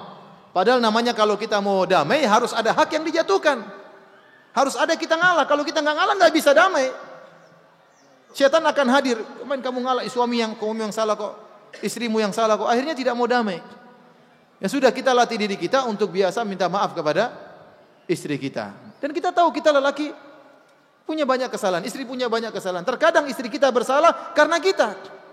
Sehingga dia salah bertingkah karena kita punya andil dalam kesalahan tersebut. Makanya saya sering sampaikan juga dalam pengajian saya. Kalau ada masalah keluarga, jangan kita lemparkan seluruh kesalahan kita kepada suami kita. Atau jangan kita lemparkan seluruh kesalahan kita kepada istri kita. Yakinlah bahwasanya adanya kesalahan itu, kita punya andil juga dalam kesalahan tersebut. Mungkin istri kita misalnya, tahu-tahu punya pacar lagi, hubungan sama laki-laki lain. Jangan langsung kita salahkan dia. Mungkin kita jarang telepon dia, mungkin kita jarang WA dia, mungkin kita jarang mesrain dia, maka dia kemudian timbul kesalahan. Memang dia yang salah akhirnya. Tapi kita punya andil dalam kesalahan tersebut. Ya, dalam hal apapun seperti itu. Ya. Mungkin istri kita ngajak berhubungan dia nggak mau. Kenapa? Nggak pernah dibeliin emas, nggak pernah diajak jalan-jalan. Mintanya ke kamar tempat tidur terus ya. Ya. Ternyata kesalahan dia, kita punya andil dalam kesalahan tersebut. Maka yang terbaik adalah yang mulai memberi salam. Ya. Jadi kalau ada masalah keluarga, ya, maka kalau ada celah untuk bisa selesai, jangan diperpanjang. Contoh sederhana, ada sebagian lelaki lisannya tidak mampu untuk mengatakan istriku saya minta maaf, padahal dia yang salah. Setelah ribut 1 jam 2 jam, tahu-tahu di tengah, setelah itu dia berubah pikiran, dia tahu dia salah, dia sadar. Kemudian dia WA istrinya, sayang, ganti bajumu, kita makan di gudeg. Nah, berarti sebenarnya dia bilang saya minta maaf. Cuma dia nggak berani bilang, nggak bisa bilang apa saya minta maaf. Dia ngajak makan gudeg itu berarti dia minta maaf. Misalnya ribut antara suami istri. Tahu-tahu istrinya setelah 2 jam datang, kemudian dia pijit-pijit suaminya. Jangan dia tendang kakinya. Biarin pijit, naik ke atas. Dia biarkan bikinkan gorengkan pisang goreng, nasi goreng, ya. Kemudian dia makan. Itu berarti saya minta maaf, Mas. Karena sebagian wanita tadi saya katakan tidak ada kamus dalam kamusnya minta maaf. Itu tidak benar sebenarnya. Seorang harus melatih diri untuk mengakui kesalahan. Seorang melatih diri harus minta maaf. Dan saya katakan tadi inilah ciri penghuni wanita surga adalah al-aud ala zaujiha, senantiasa kembali kepada suaminya. Kalau ada masalah segera minta maaf kepada suaminya. Kemudian para hadirin dan hadirat yang dirahmati Allah Subhanahu wa taala. Di antara hak suami adalah sang istri siap melayani suaminya kapanpun, ya, siang atau malam. Ya, kata Allah Subhanahu wa taala nisa'ukum harthul lakum fa'tu harthakum anna syi'tum. Allah Subhanahu wa taala, para wanita adalah sawah ladang milik kalian. Fa'tu harthakum anna syi'tum. Maka datangilah sawah ladang kalian anna syi'tum. Anna syi'tum itu ada 2 tafsiran. Kaifa syi'tum wa mata syi'tum. Bagaimanapun kau mendatangi istrimu dengan dengan model apapun, dengan gaya apapun, terserah. Bebas. Yang kedua, mata syi'tum, kapan saja. Fi ayyi waqtin minal lail aw nahar. Mau malam hari, mau siang hari, bebas. Itu hak suami. Mendatangi istrinya jam 2:30 siang, mendatangi istrinya jam 2:30 malam, mendatangi istrinya jam 1:20 terserah. Itu hak suami. Maka istri harus mengerti akan hal ini. Kapan suaminya berhasrat ingin mendatangi istrinya, maka istrinya berusaha untuk menyambut. Ya, berusaha untuk menyambut. Makanya Rasulullah SAW bersabda, "Idza da'a ar-rajulu imra'atahu ila firashihi, fa'abat, fabata ghadban, la'anathal malaikatu tusbih." Kalau seorang laki mengajak istrinya untuk digauli, kemudian istrinya enggan, akhirnya sang suami tidur dalam kondisi marah, maka malaikat akan melaknatnya sampai pagi hari. Ya, ini bahaya, ini berarti dosa besar. Dalam riwayat yang lain, illa kana alladhi fis sama' sakhitan 'alaiha. Kecuali yang di langit, yaitu Allah Subhanahu wa taala, murka kepada wanita ini. Kenapa para ikhwan? Di antara tujuan utama pernikahan adalah menundukkan pandangan suami dan untuk menjaga kemaluan suami. Kata Nabi sallallahu alaihi wasallam, "Tazawwaj ya ma'syara syabab, tazawwaju." Menikahlah wahai para pemuda, ya. Kenapa? Fa innahu aghaddu lil basar wa ahsanu lil farj. Lebih menundukkan pandangan, lebih menjaga kemaluan. Man istata'a minkum ba'ah falyatazawwaj. Barang siapa yang mampu maka menikahlah. Jadi tujuan utama lelaki menikah adalah menundukkan pandangan, jaga kemaluan. Kalau ternyata ini tidak dia dapatkan dalam pernikahan, bahkan ini hak yang paling utama setelah ketaatan. Hak paling utama adalah hak berhubungan di ranjang. Ini hak paling utama setelah ketaatan kepada suami, ya. Sampai-sampai dalam menekankan hak ini, maka Nabi tadi mengatakan, kalau istrinya enggan, dilaknat oleh malaikat. Allah murka. Bahkan kata Nabi sallallahu alaihi wasallam, "Wa in kanat ala qatab." Kalau sang istri sudah berada di atas pelana ontanya, atau suaminya minta istrinya untuk turun melayaninya, maka istrinya harus turun. Ya.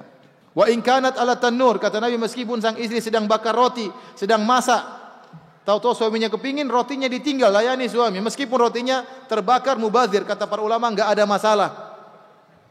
Lebih bahaya yang ini kalau tidak dipenuhi. Jadi kalau ibu lagi masak sayur asam, suaminya kepingin, sudah layani suami. Matikan kompor dulu baru layani suami. Ya. Kenapa? Menunjukkan saking wajibnya hal ini. Nabi SAW berkata dalam hadis, kalau ada seorang lelaki kemudian melihat seorang wanita, kemudian ada sesuatu, maka segera pergi pulang ke rumah istrinya.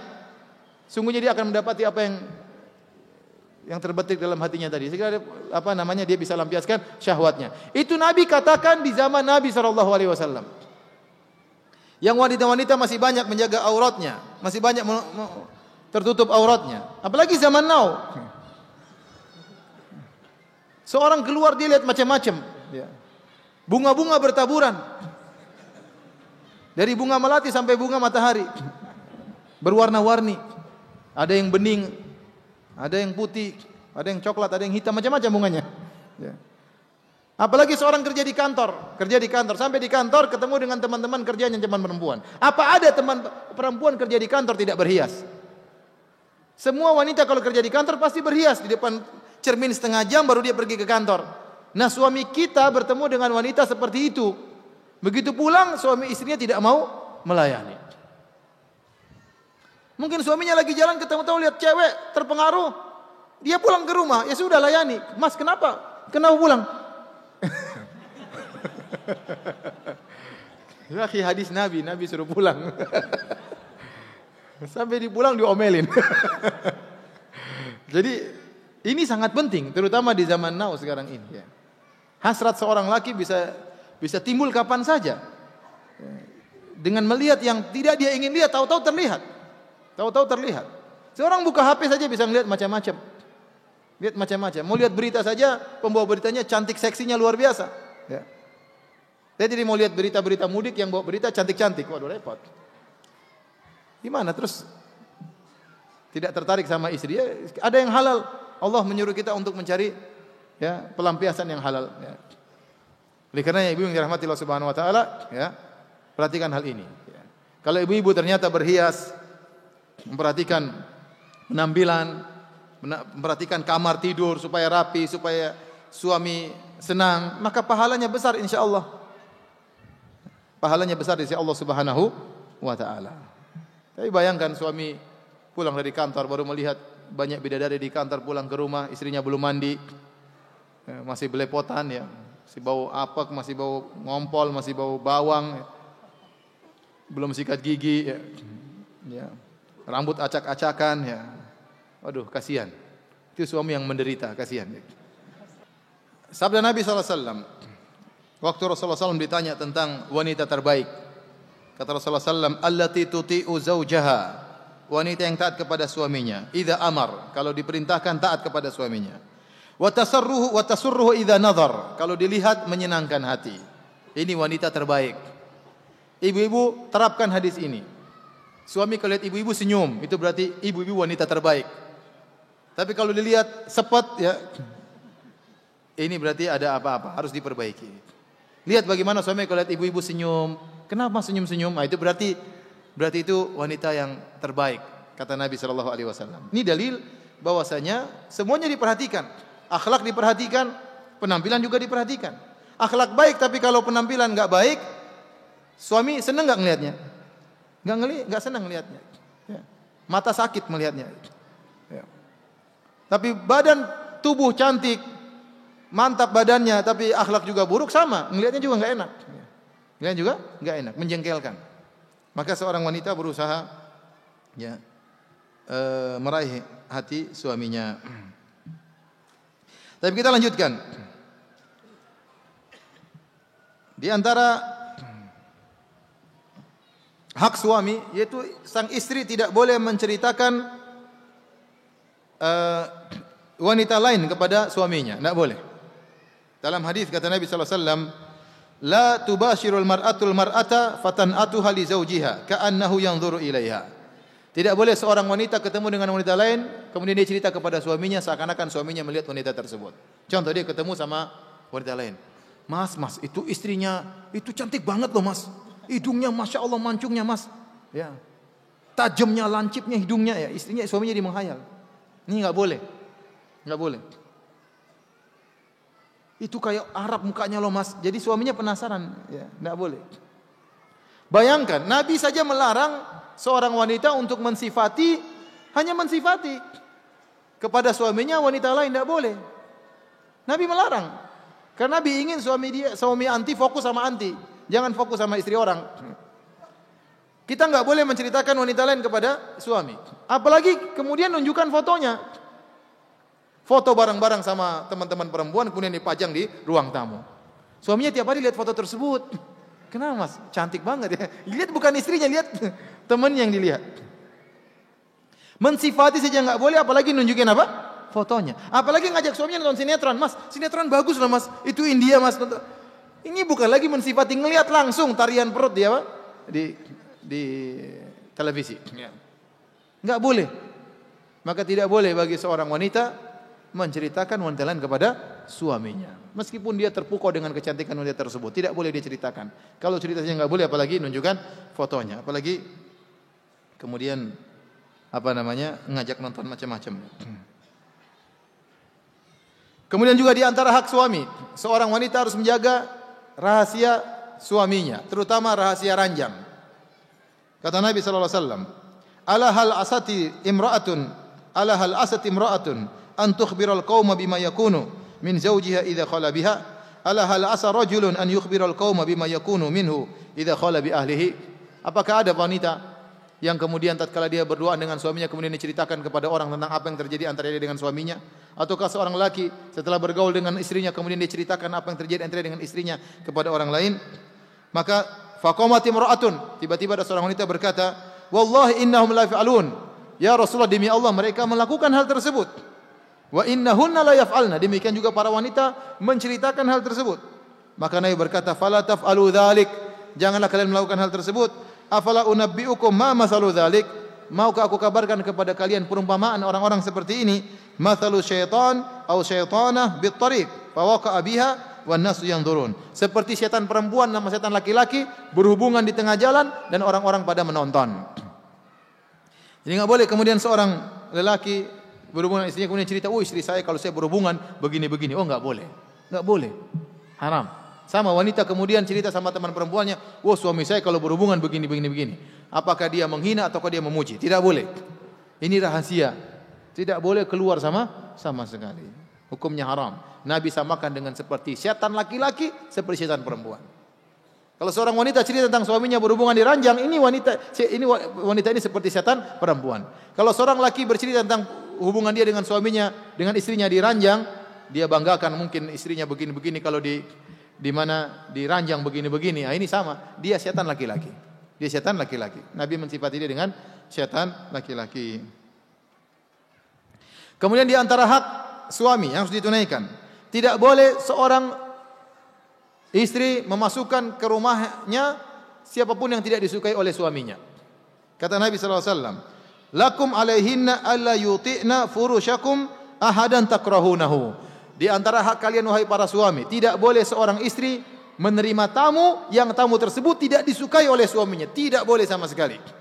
Ada khilaf di kalangan para ulama. Apakah termasuk kedua orang tua istri atau tidak?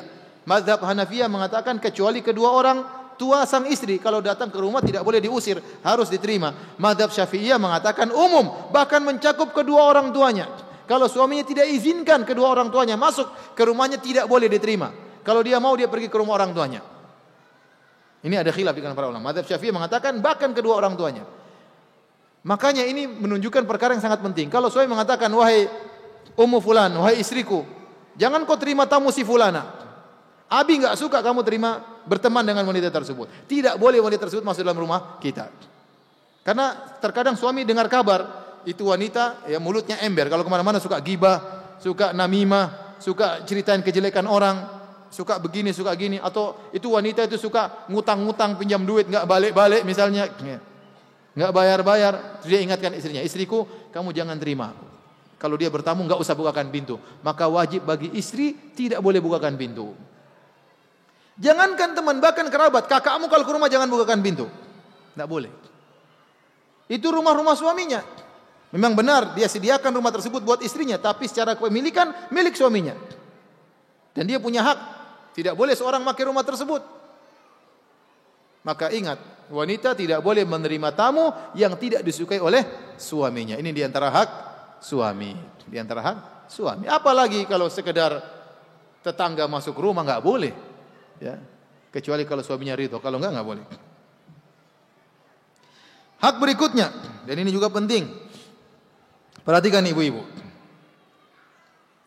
Di antara sifat-sifat wanita yang mulia kata Nabi sallallahu alaihi wasallam, "Wa tahfazuhu fi nafsiha wa malihi." Yaitu dia menjaga harta suaminya. Dia menjaga harta suaminya. Tidak boleh dia gunakan harta suaminya kecuali dengan izinnya. Dan saya katakan di antara sifat-sifat lelaki Indonesia yang baik, saya enggak tahu itu baik atau bahlul, saya enggak tahu ya. Tapi banyak orang Indonesia ya, kalau dia punya uang, dia serahkan semua kepada istrinya. Istrinya yang pegang. Ini banyak orang Indonesia seperti itu. Banyak atau tidak? Banyak atau tidak, bapak-bapak? Coba saya ingin tahu, jujur saja, enggak usah saling melihat. Siapa bapak-bapak yang istrinya yang pegang uangnya, yang pegang istrinya? Angkat tangan coba. Enggak usah malu-malu. Malu orang pertanyaan sebaliknya. Siapa bapak-bapak yang uangnya dia pegang sendiri, tidak dipegang oleh istrinya? Coba angkat tangan. Cuma sedikit. Saya ulangi pertanyaannya. Siapa bapak-bapak yang uangnya dia pegang sendiri, tidak dipegang oleh istrinya? Angkat tangan. Enggak ada 5%. Sisanya mana coba? Siapa bapak-bapak yang uangnya dipegang istrinya? Angkat tangan. Jujur. Hah? Sisanya. Enggak usah ngaco. Kalau saya di Arab,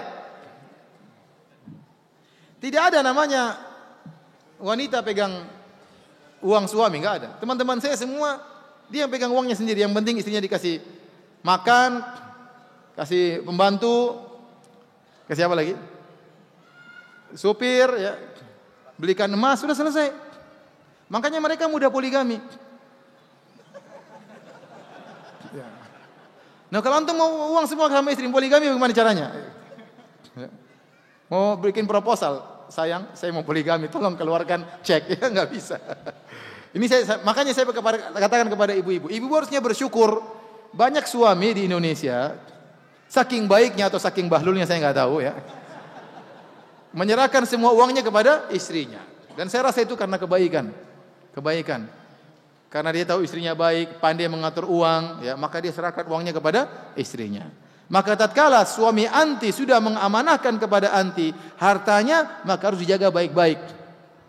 Di antara ciri-ciri wanita soleha penghuni surga, dia menjaga harta suaminya. Tidak boleh dia gunakan pada perkara-perkara yang tidak bermanfaat. Tidak boleh dia membeli barang kecuali dengan izin suaminya. Ingat itu harta suaminya.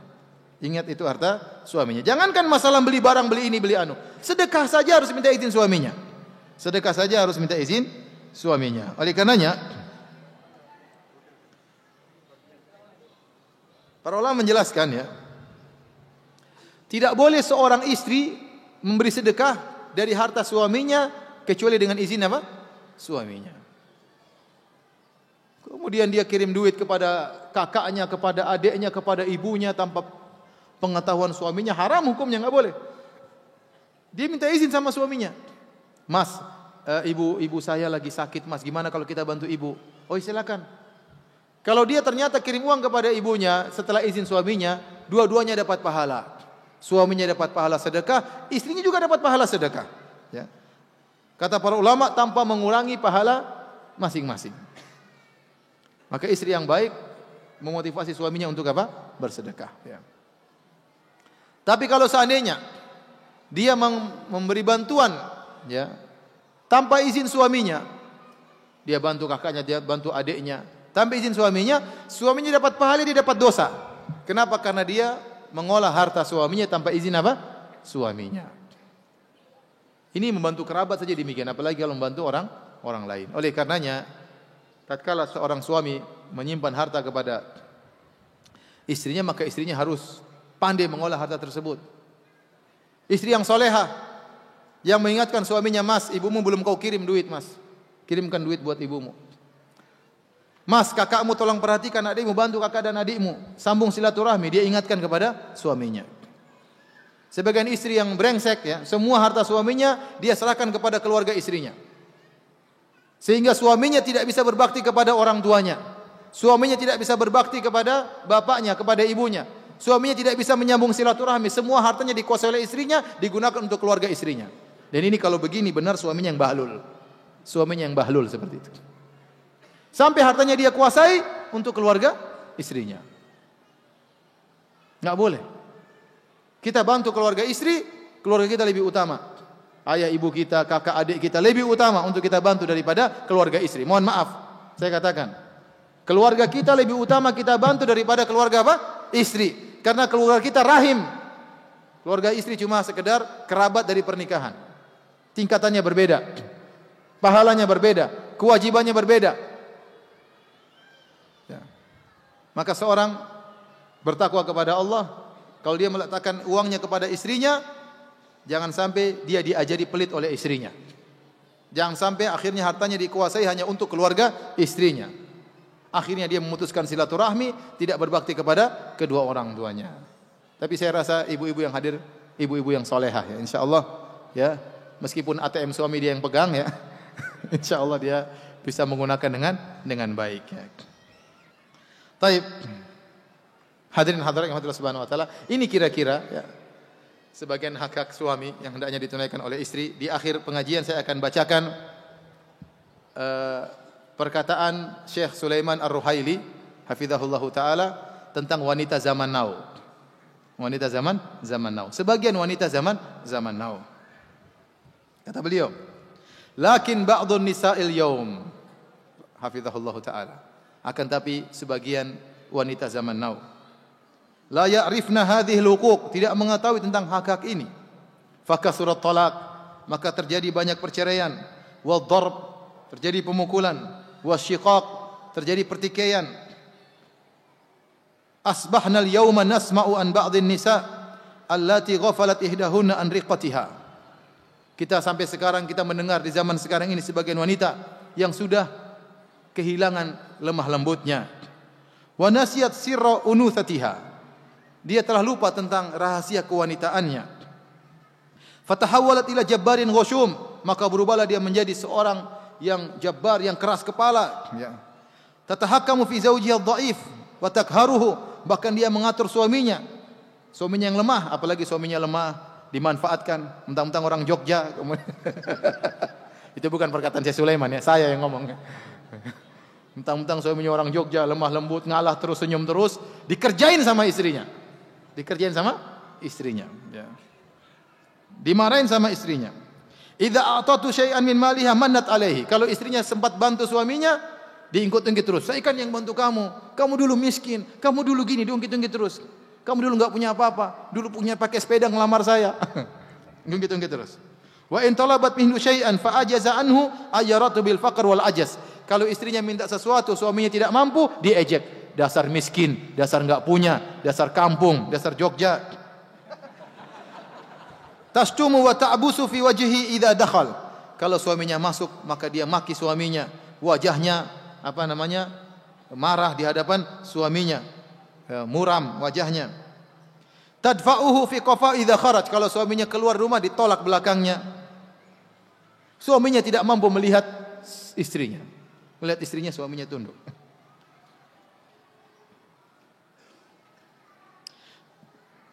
Banyak, tapi saya loncat-loncat aja, enggak enak. Idza haddatsat zawjaha kana hadithuha zawju fulanatin sana'a li fulanah. Kalau ngobrol sama suaminya, pembicaraannya, itu suaminya itu beliin ini loh, suaminya ini, sebut-sebut suami orang di hadapan suaminya. Wa hadzi ta'is, adapun saya, waduh sial, saya enggak dapat suami seperti mereka. Khatabani ajwadul qaum lakin nasib. Dulu padahal yang melamar saya orang-orang bagus, tapi nasib dapat kamu.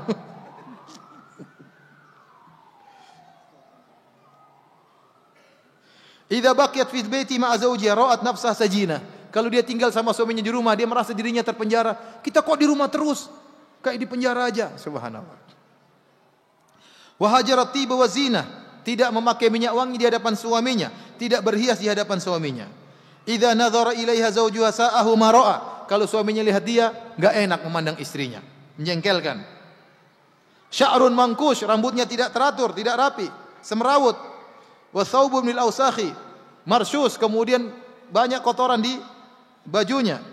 In baqiyat fil baiti tawassakhat wa tabassalat. Kalau tinggal di rumah, maka bajunya kotor, bau bawang. Wa in kharajat tatayyabat wa tajammalat, tapi kalau keluar maka pakai minyak wangi dan berhias. Hadhil mar'atu ta'isa, inilah wanita yang celaka, wanita zaman now. Allati ja'alat khairaha linnas, yang dia menjadikan kebaikannya untuk orang lain, wa syarraha li zawjiha, adapun keburukannya dia berikan kepada suaminya. In kharajat ila suwaihabatiha kanat bashushatan hulwatal kalam. Kalau ketemu dengan teman-teman perempuannya, maka dia ngomongnya manis, ngomongnya indah. Athbatal majlis, ya, penghias majlis. La yamallu hadithuha, orang senang dengar perkataan dia kalau bicara menyenangkan. Ya. Wa in adat ila baitiha kanat asadan, tapi kalau pulang ke rumah istrinya ini jadilah seperti singa. In takallamat akhrajat naran, kalau ngomong keluar api dari mulutnya.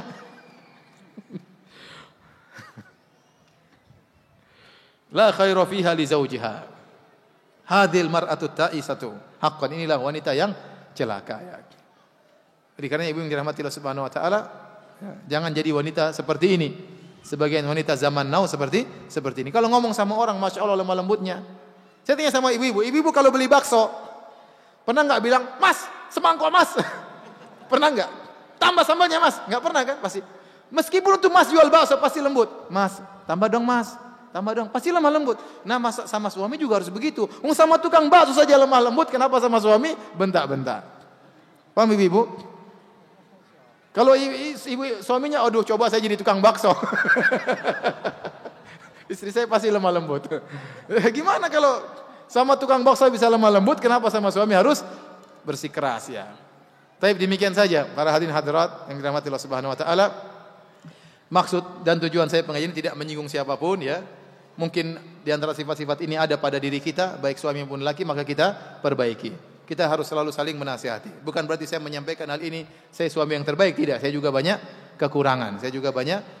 Tapi kita saling mengingatkan, semoga para suami menjadi yang terbaik di sisi Allah Subhanahu wa taala, dan semoga para ibu-ibu meraih surga dengan taat kepada suaminya. Demikian, wallahu taala alam bisawab.